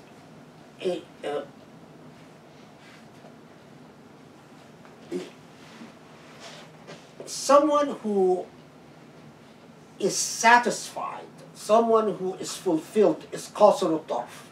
That's not according to modern Arabic usage. Qasr al-tarf often even refers in modern Arabic usage to someone who is longing for something, but quite the opposite in classical Arabic poetry. Qasr al-tarf is someone who doesn't look to something beyond because they have everything. So qasirat al-tarf are women who are fulfilled, coming back in the hereafter in their most complete state. So in other words, they in the hereafter they recreated without whatever sexual memories, of violation and otherwise that they might have gone through. And what I found fascinating in this, I mean, of course, for our modern mind, we say, well, should we value virginity? But virginity was valued as a form of honoring women coming back in the hereafter. So that, and remember, that's the second school. So the second school said, no, it's talking about women who make it to heaven, basically. That as the men make it, so it's a reminder that the women will make it and they will be completely satisfied without, to use our modern expression, baggage. They come back in their virginal state. Third school. And the third school, I'm going to read some of the quotes because of its language is a little bit challenging. أي في الجنان مخدرات المعارف والحقائق الواردة على قلوبهم حسب استعداداتهم المتفاوتة. كل منهم منحصرات الطرف مقصورة النظر على كل من ترد عليه بحيث لا تتعدى إلى غيره لاختلاف قابلياتهم حسب الفطرة الأصلية بمقتضى اختلاف تجليات الحق. لم يطمسهن إنس ولا جان قبلهن ولا جان، معناه مراتب الشهود على مقتضى تجليات الوجود وتطوراته، لا تكرار ولا اتحاد بين اثنين في التجليات الإلهية، كذلك في مراتب أرباب الشهود القابلة لها المستعدة إياها. Now, the Arabic speakers, did you follow this? It's a bit challenging, right? What does it say? I'm putting you on the spot, which is unfair, but... I was writing the notes from the previous. Okay, it's okay. Now, it's fascinating because what it's saying is that فيهن قاصرات الطرف لم يطمسهن إنس ولا جان. It's not referring to a being at all. It's not referring to either male or female. What it's referring to is جنان مخدرات المعارف means it's a philosophical expression. Is a paradise that is laden with the essence of truth. Now, قاصرات الطرف, which means it's something, according to the third school, قصر means something that has a limit. طرف could mean a gaze, or could mean an extent, or could mean a nature. So, according to the school, the third school, that what it's talking about is that the nuanced truth is in these jinan, in these paradises.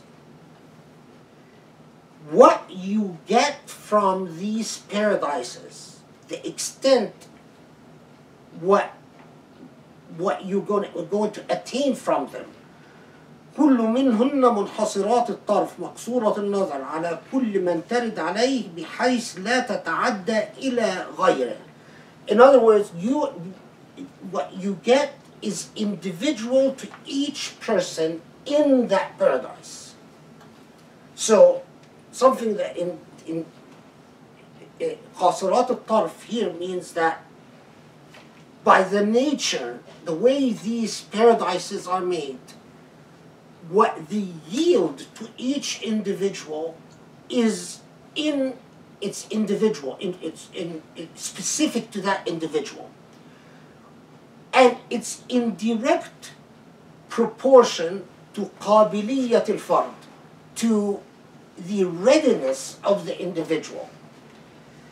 حسب الفطرة الأصلية بمقتضى اختلاف التجليات الحق. So, meaning that according to in proportion to their relationship to the divine.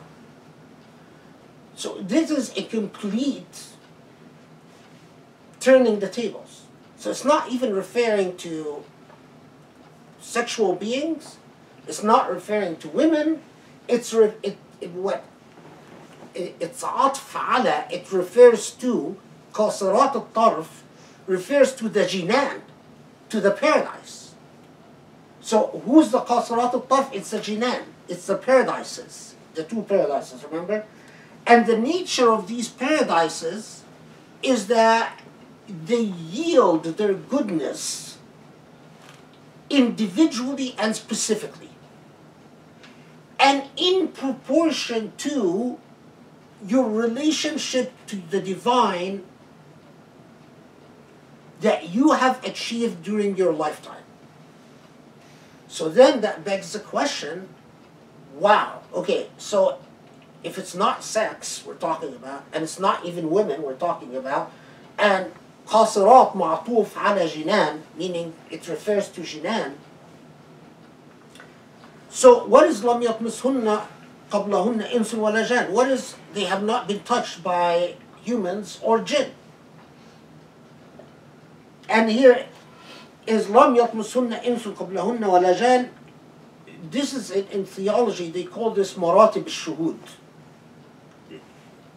You could write a whole doctoral dissertation just on this label, مراتب الشهود. What in our language today, how much do you see beyond the material world during your lifetime? That's in summation, مراتب الشهود. What you see from the non-material world could be through the aid of the divine or through the aid of the demonic.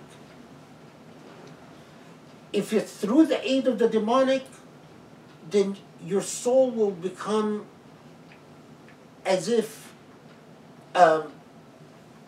contaminated in direct proportion to what the demonic reveals to you. And if it's with the aid of the divine, your soul becomes purified in direct proportion to what the divine reveals to you. That's in short what Maratib al-Shuhud theology is. But Maratib al-Shuhud, so لم يطمسهن إنس ولا جان, that these layers of disclosures of the divine, and in the hereafter it's only the divine. The demonic has come to an end. There is no disclosure by the demonic, even in hellfire, because it's not the role of the demonic in hellfire. It's not demon who's the boss of hell, contrary to a lot of non-Muslim theology. But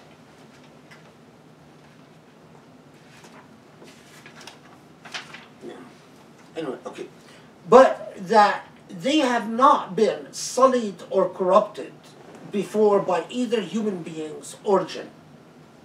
So in that space, in our modern lingo, that space, dimensional space, is so purified and so specific and so proportional and uncontaminated by interventions by either human beings or the jinn.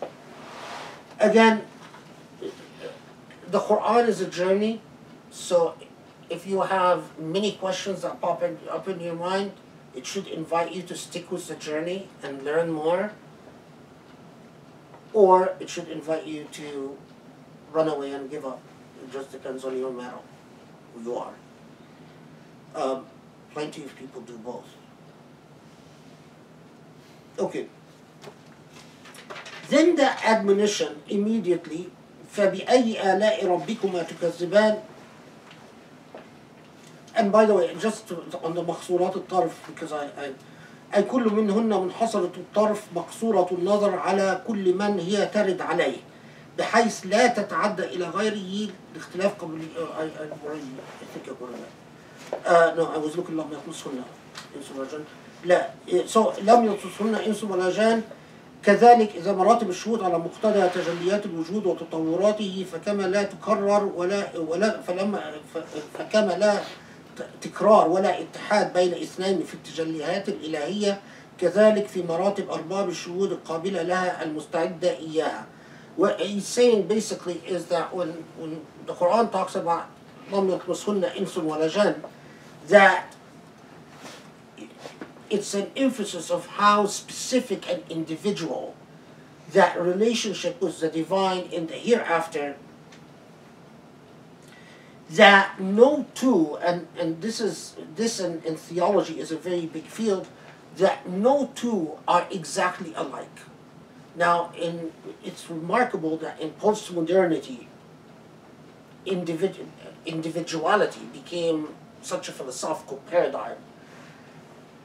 But remember that these commentators were written centuries ago. We're talking about the medieval age. And they're talking about your relationship to the divine being so individual that no two relationships can be exactly the same. For the medieval mind, this was mind-boggling. That notion of individuality. And for the literalist, they resisted it.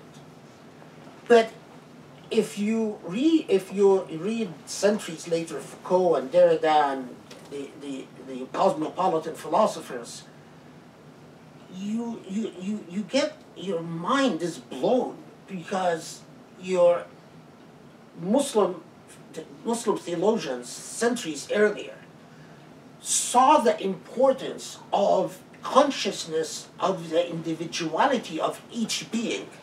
And remember that this is mostly before Protestantism comes into being. This is when Catholicism and Christianity was the same.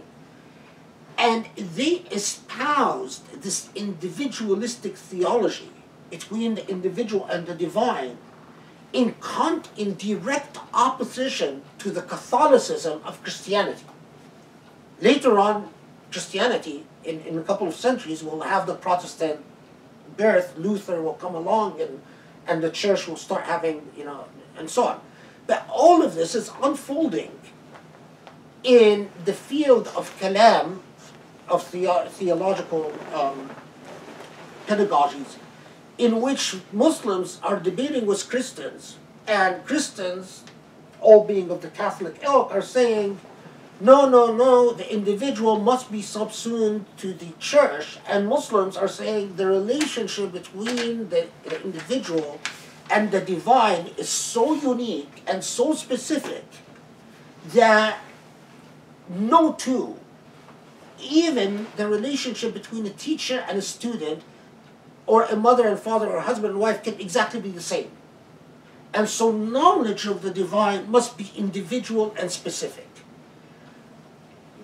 For the Christians in the Middle East of the Greek Orthodox and Coptic churches, that was scandalous. And if you read the Kalami treatises between them, and these treatises eventually get translated to Latin, and I believe played a critical role in the birth of the Reformation and in the birth of Protestant Christianity, period. Because they clearly, Muslim theologians have placed Catholic theologians on such a defensive. But Catholic theologians buckled down on this idea that only through the church can the piety of the individual be represented, and God be represented to the individual. And this was a major point of contention. Even the literalists, by the way, never denied the individuality of the relationship. What they refused, and I'll just flag it for you, for those who might be listening to this and interested in following up on these studies, you spend your entire life studying, and then it's just the sense of sadness about all this knowledge dying with you comes over you. So I'm just trying to get it out there. That the literalists they never denied the individuality between the relationship of the individual and the divine. But they were troubled by the idea that no two can be alike.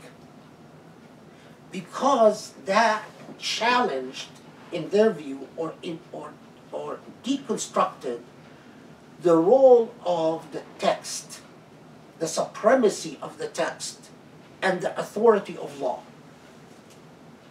Because if things are so individual, then doesn't that then sort of take away from the importance of jurists and legalists? Very interesting debate, and people would get very heated about it and worked up about it, and they sometimes they would put more significance than it's worth, in my view. I mean, sometimes even the debates would get sort of fanatic, like in Naishapur, it was famous for its how debates would get out of hand. They would start talking, beginning with a simple discussion on muqtadiyat al-shuhud, and then before you know it, they end up beating each other in a fist fight. Naishapur was rather famous for that. But we are on the other extreme in our modern age, where we killed off all debates and, forgot everything. Okay.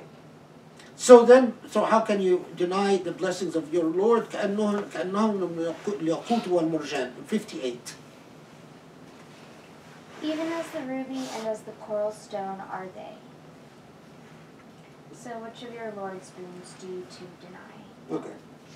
So كأنهم الياقوت والمرجان.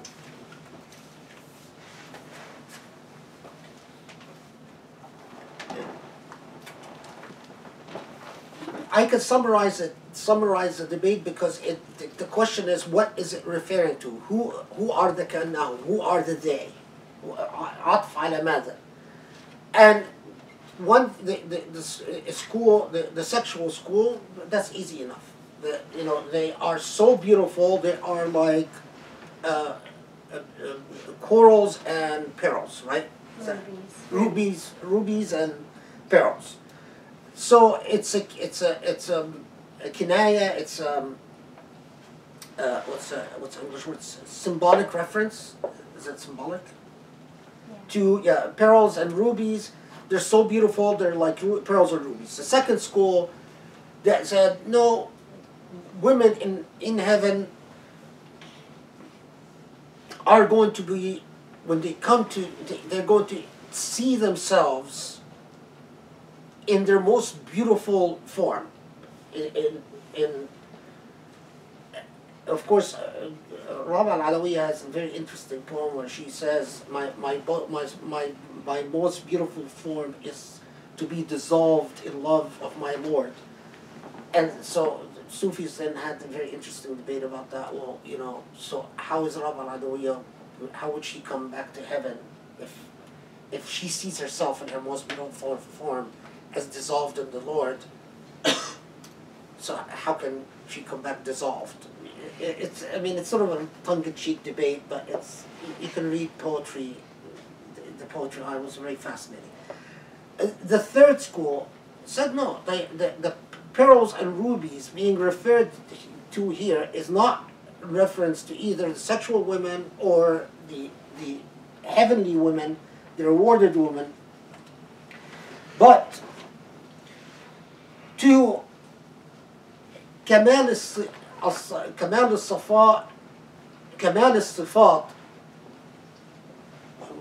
من الشفاء والجلاء. كمال الصفات من الشفاء والجلاء. That it refers to the truth that are disclosed by your Lord, that they are going to be in perfect form,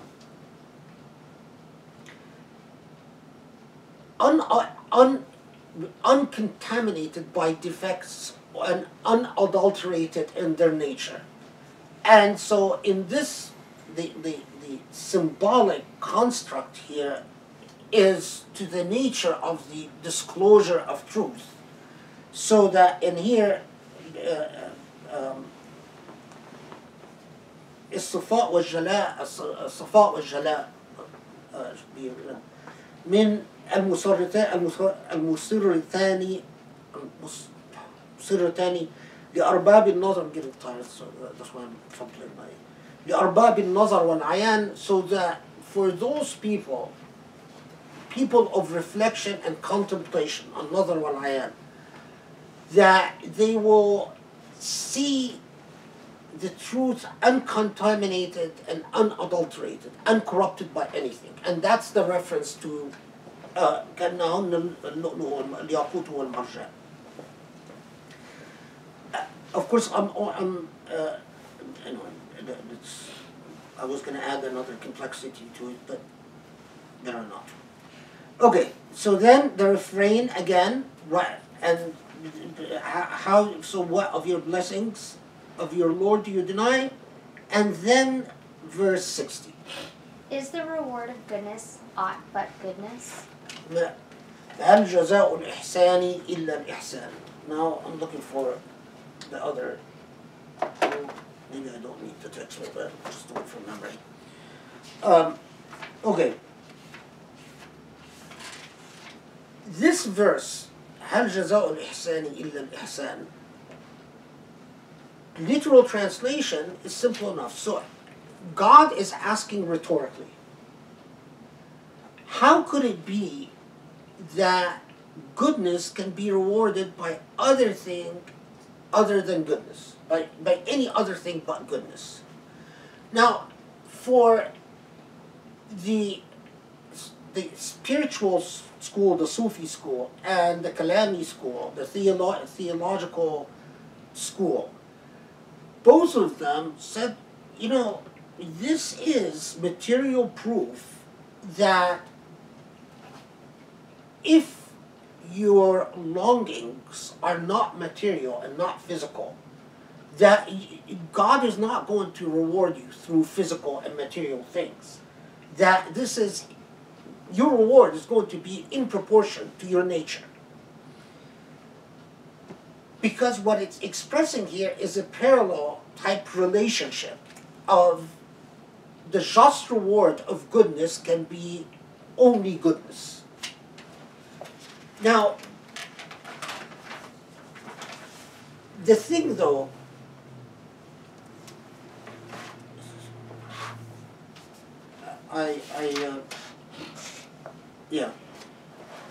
the thing though, this Quranic expression, جزاء الإحسان إلا الإحسان, became a canon of law, a principle of justice, and a principle of morality that permeated Islamic theology, philosophy, and law.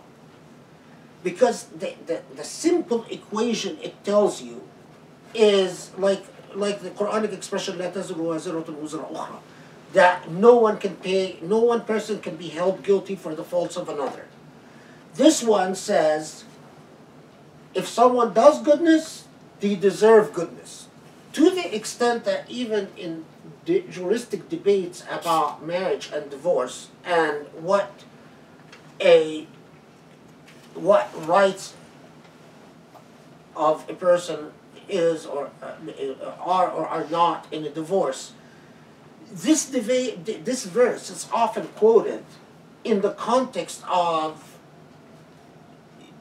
especially in the context of whether a man can dump a woman and just walk away. It permeates everything in Islamic theology, Islamic philosophy, Islamic ethics, Islamic law, that simple equation. So even when in principles of equity, as an exception to the law, to the technical results that come to the law, you could plead that ultimately I've done good, you should reward me as good, not apply the mechanical technical results of the law upon me. Now, one of the things, that's Ibn al-Khatib. Ibn al-Khatib was a famous theologian / Quranic commentator / jurist. He says, في القرآن 3 آيات في كل واحدة منها 100 قول. that there are 3 verses in the Quran where there are the debates about them and the discussions about them are as if 100 different positions, meaning people debated them endlessly. The 3 are فَاذْكُرُونِي أَذْكُرْكُمْ. God talks to human beings saying, remember me so I'll remember you. Huge debates on فَاذْكُرُونِي فَأَذْكُرْكُمْ. Second verse, إِنْ عُدْتُمْ عُدْنَا. If you do it again, we will do it again. God talking to human beings, and God says to human beings, He is addressing the Israelites in the particular verse, in عُدْتُمْ عُدْنَا, that if you go back to doing what I've told you not to do, I will come back and repeat the punishment. And the third is هل جزاء الإحسان إلا الإحسان. These 3 verses influenced Islamic theology, ethics, philosophy, and law to more than your imagination can, or more you can imagine. Again, it gives you a sense of the impact of the Quran on cultures and ancestors that preceded us. And you can write an entire doctoral dissertation on just the impact, any one of these refrains. أذكروني أذكركم, the theology of what does it mean? Remember me, I remember you. If you remember me, I will remember you. What does that really imply? The parallel between you do it, if you act in a certain way, God's... because think about it, that it even questions the idea that things are predestined, that it affects our understanding of agency. That if you do something, well, God will respond by adjusting the fate of things. And the third, the principle which influenced, of course, Islamic jurisprudence, in particular the most, was this verse, the desert of goodness can only be goodness. Now, of course, that was a challenge to, well, when it comes to law, how do we define goodness? Is it by intentionality or is it by consequence? Is it by empirical result or by the motivation of the person? And in Islamic law, there are huge debates about that. Okay, then the refrain. So how can you deny the bounties of your Lord, the blessings of your Lord? And then verse 62. And beyond these 2 are 2 gardens. So then the refrain again, right? Yeah, so which of your Lord's boons do you 2 deny? Of deepest green. Now, that's the point where the Surah al Rahman tells us about there's 2 further gardens. Now, notice here, وَمِن دُونِهِمَا. That expression deserves a pause.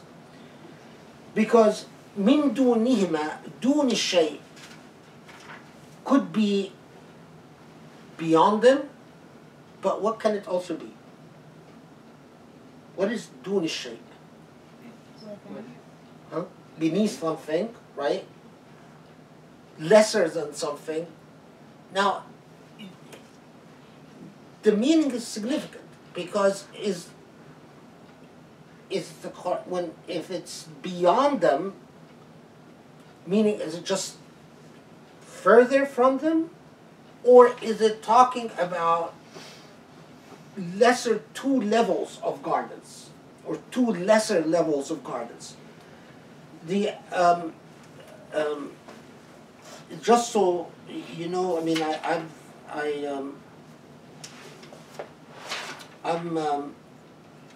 if I can find it, where is it? I should have written it down, but I'm not. There is, each of the 4 Jannahs, by the way, has a name. Jannatu Adn, Jannatu Firdaus, probably, I'm going to try to find the names of the Jinan. I should have written them down. I didn't. The reason I probably didn't write them down is that for a variety of technical reasons, I don't accept, I don't want to scandalize, as if anyone will really know what I'm talking about, but, I don't, for various technical reasons, I don't accept the names of the 4 Jannahs, but a lot of our ancestors did. Does it mention in his comment? No, it it's doesn't. okay.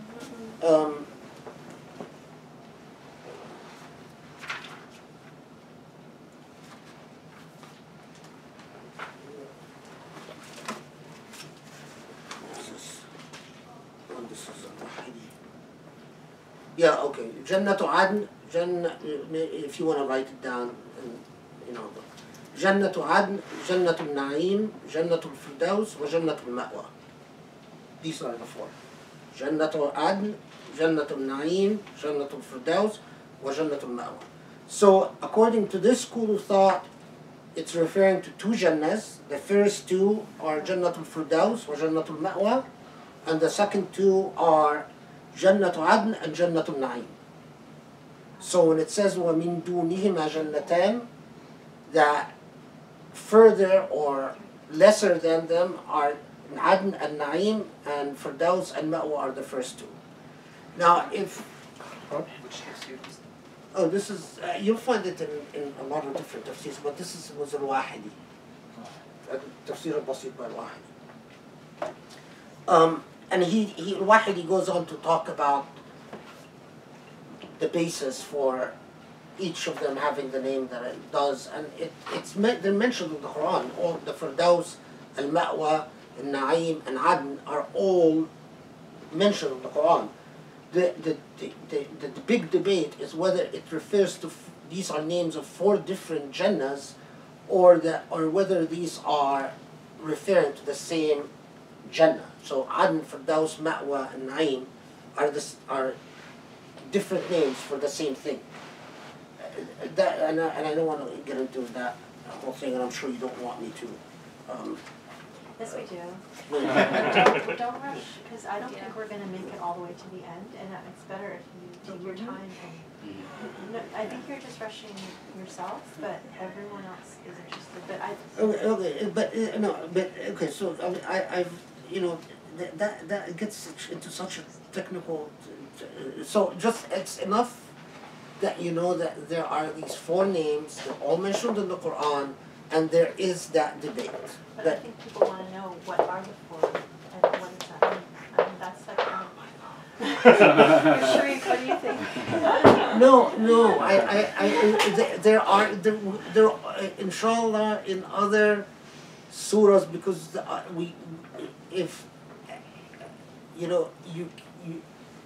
you can't. The other surahs will refer to Adn and Firdaus and al-Ma'wa and al-Na'im, and then we can take them piecemeal, so that it's like eating a cake. You can't gorge yourself. You have to pace yourself so that you don't explode. What heaven you're in. That's true. That is true. But Can you just translate what those names mean? Or just give a quick overview of... the basic thing is Firdaus, according to, it's mentioned in the Quran, and Firdaus, according to some Quranic commentators and theologians, is the highest level of heaven. And that the Firdaus is beyond materiality. So if you really are someone who has sought divinity throughout, and you are like the Prophet, constantly in dhikr and constantly praying, and then you know, a part of this is, and I don't want to reignite the old sectarian debate, but part of today we know the Shia and Sunnah as just two, Saudi and Iran. That's stupidity. Part of the old debate is whether some of the companions of the Prophet, you know, Sunnis and Shia agree that Ali, the radiallahu anhu, is in Firdaus. But some of the early sectarian debates were whether some companions are in Firdaus or not. And they would get all heated up about it. Now, of course, unfortunately, the sectarian debate among modern Muslims is much worse than that. You know, when I was a student, I would read that debate and say, oh, that's horrible. How could they debate something like that? You know, that's, how do we know? It's up to God. But then you just live long enough, unfortunately, to see what Muslims, what levels they reach, where, you know, they're just calling, don't even consider each other Muslims, which is just, you know, what do I say? But anyway, so now of course there's no question that the Quran refers to these four, but the context in which it refers to each one of them.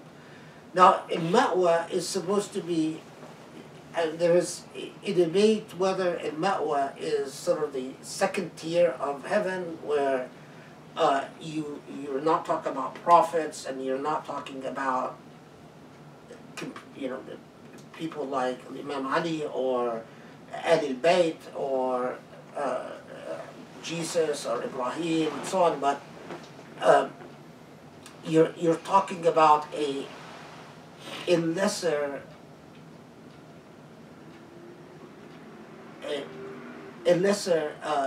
revelation or disclosure of the divine, that the divine doesn't, you know, the level to which you attained.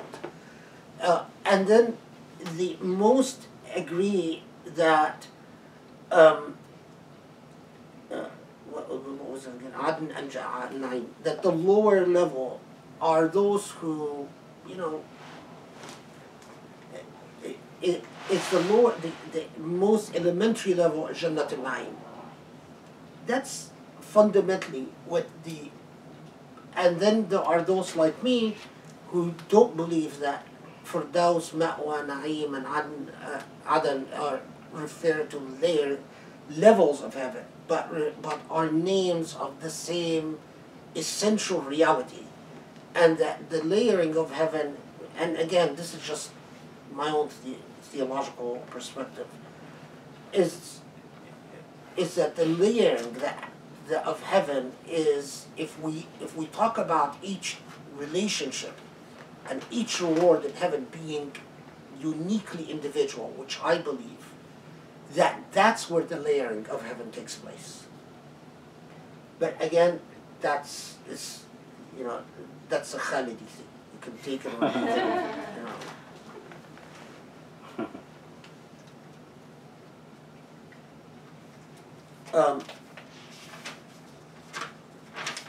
Okay, so min dunihima jannatan, you know, are these jannahs, these paradises, further, and the expression dunihima, are they lesser or further?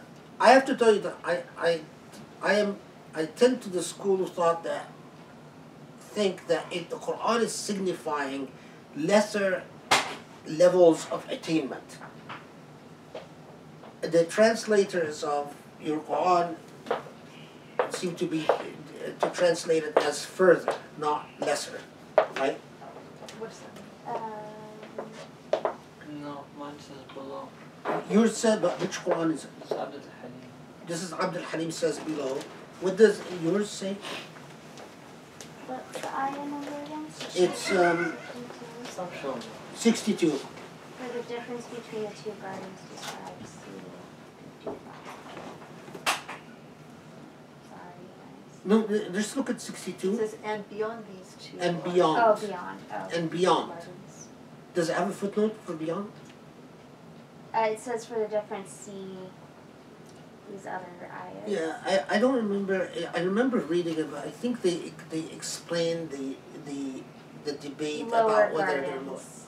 they're lower. Lower gardens are more limited than those of the higher gardens. Okay, so yeah. So min dunihima, I mean, which whether you translate it as beyond or lower, I think that the goddess is signified to, and especially as we go over the parallels of the description of the two other gardens after the description of the two first gardens. And again, I don't like the word gardens, but just rewards, but you know what I mean. So then, this one word description, which is fascinating, mudhammatan. This is verse 64, which is one word. So what's mudham? How does it translate? Deepest green. Deepest green. Now, you can pause here and think about, well, the verse starts out with, first we'd have two entire sentences before we have the refrain, by your Lord's blessings. Then, and that's where we're in the material world. Then the material world comes to an end, and we get to hellfire, and we have like a sentence, and then the refrain. The sentence, and then refrain. Then we get to the paradise, the first paradise, and we get to shorter sentences and the refrain. Shorter sentences and the refrain. So two sentences, single sentence, shorter sentence, until we get close to the end of the chapter, and the sentence becomes a single word, like mudhammatan, and then the refrain. This in itself deserves pause and commentary. Is it that as God takes you from a state of what you know to what you don't know, the pace of the reminder is like an emotive impact upon the reader, hastens to become more frequent and more undeniable. If you're, you can imagine if you're completely absorbed in reading this or listening to this, and the reminder comes in more frequently. So then beyond them or below them are two Jannahs, mudhammatan, and a mudham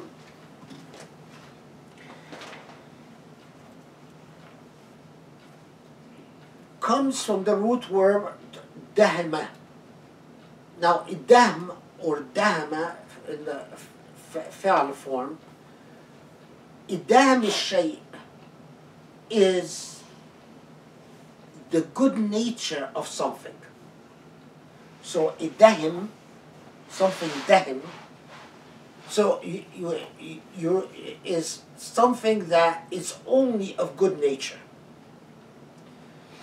Now, in literature or in descriptive forms, a mudhama is a very green garden. So if a bustanul mudham is a very green garden, a garden that doesn't suffer from dead vegetation. It's so lush, you don't have dead leaves and some trees that are dying. Now, but it doesn't necessarily refer, and this is in keeps with the entire phrasing and the entire language of this chapter, it doesn't necessarily refer to vegetation. How does Abdul Halim translate it? This is 64. Deepest green. Both. Okay, so deepest both green. of them translated as deepest green. But shay mudham could, in its in its nature, by the nature of the terminology itself, is something that is replete with khayr, replete with goodness.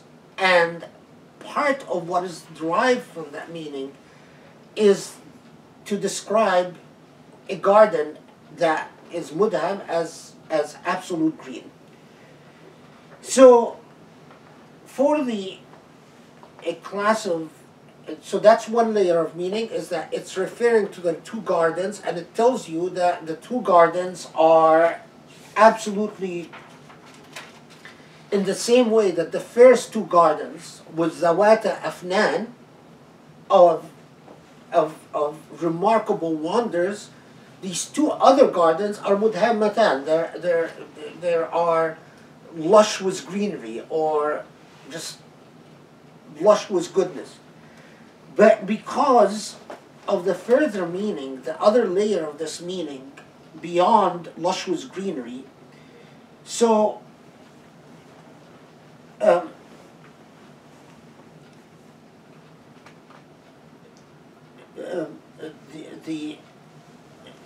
this is among Sufis, that naddaratan, mudhammatan, naddaratan could also be the same meaning as مدهمتان. نظارتان بالأعمال الصالحة والأخلاق الحميدة الصادرة من الأبرار الأخيار المتمسكين بشعائر الشرع ومعالم الدين المستبين. Okay, so what does this say? It's saying that مدهمتان refers, the atf here, is not upon the gardens. It's not telling you that the gardens are green, but it's telling you the nature of the state of the people who are in these gardens. So, mudhammatan, that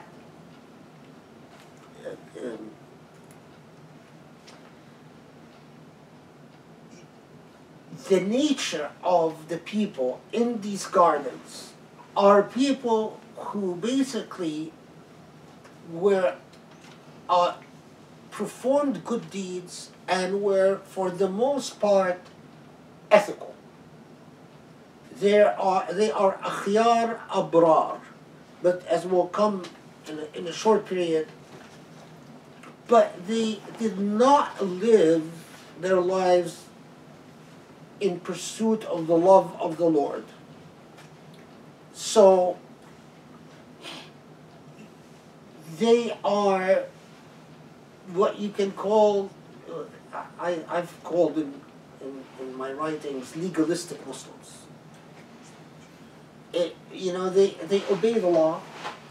They try to obey the law. They don't always know why the law is the law. A lot of times they don't even think about it. They don't care. They're busy with their lives. So they, do whatever. They screw up a lot, but they try. And now I'll just come out and tell you that that's the interpretation that I accept. But you could also simply understand mudhammatan as referring to how green that these two gardens or two paradises are lush with beauty, just like the others, but of lesser level. They're not zawata afnan. They're not this remarkable state of beauty, beautiful but less so. We're going to miss Asr. Huh? We're going to miss Asr in like 25 minutes. Oh no, let's pray. It's 7:03 now. Oh, it's 7? Why didn't you guys stop me? Well, we're about to. I thought it was like 6:30.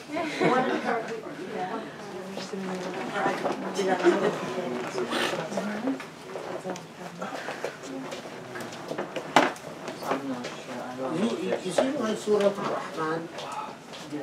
it can change your entire life. If you sit there and you completely obsess over it, mean, and this is actually what happened to, I mean, this is why I've actually wait 6 years. Because every time he tells me, oh, I want to know he told me, give me a commentary on Surah al Rahman. What do I tell him? It's a life journey. It's like you open that door, you go from the material world to the world in which material things don't. And the thing is, as you know from the Malakut Halaqas, the more you claim that you are in pursuit of God for the love of God, the more you are tried. So you don't go without challenge. If you take that road, you will be tested. There's no doubt.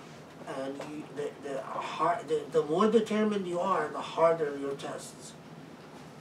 And so it becomes a philosophy of life. Surah al Rahman is a philosophy of life. Nothing short of that. Let's pray.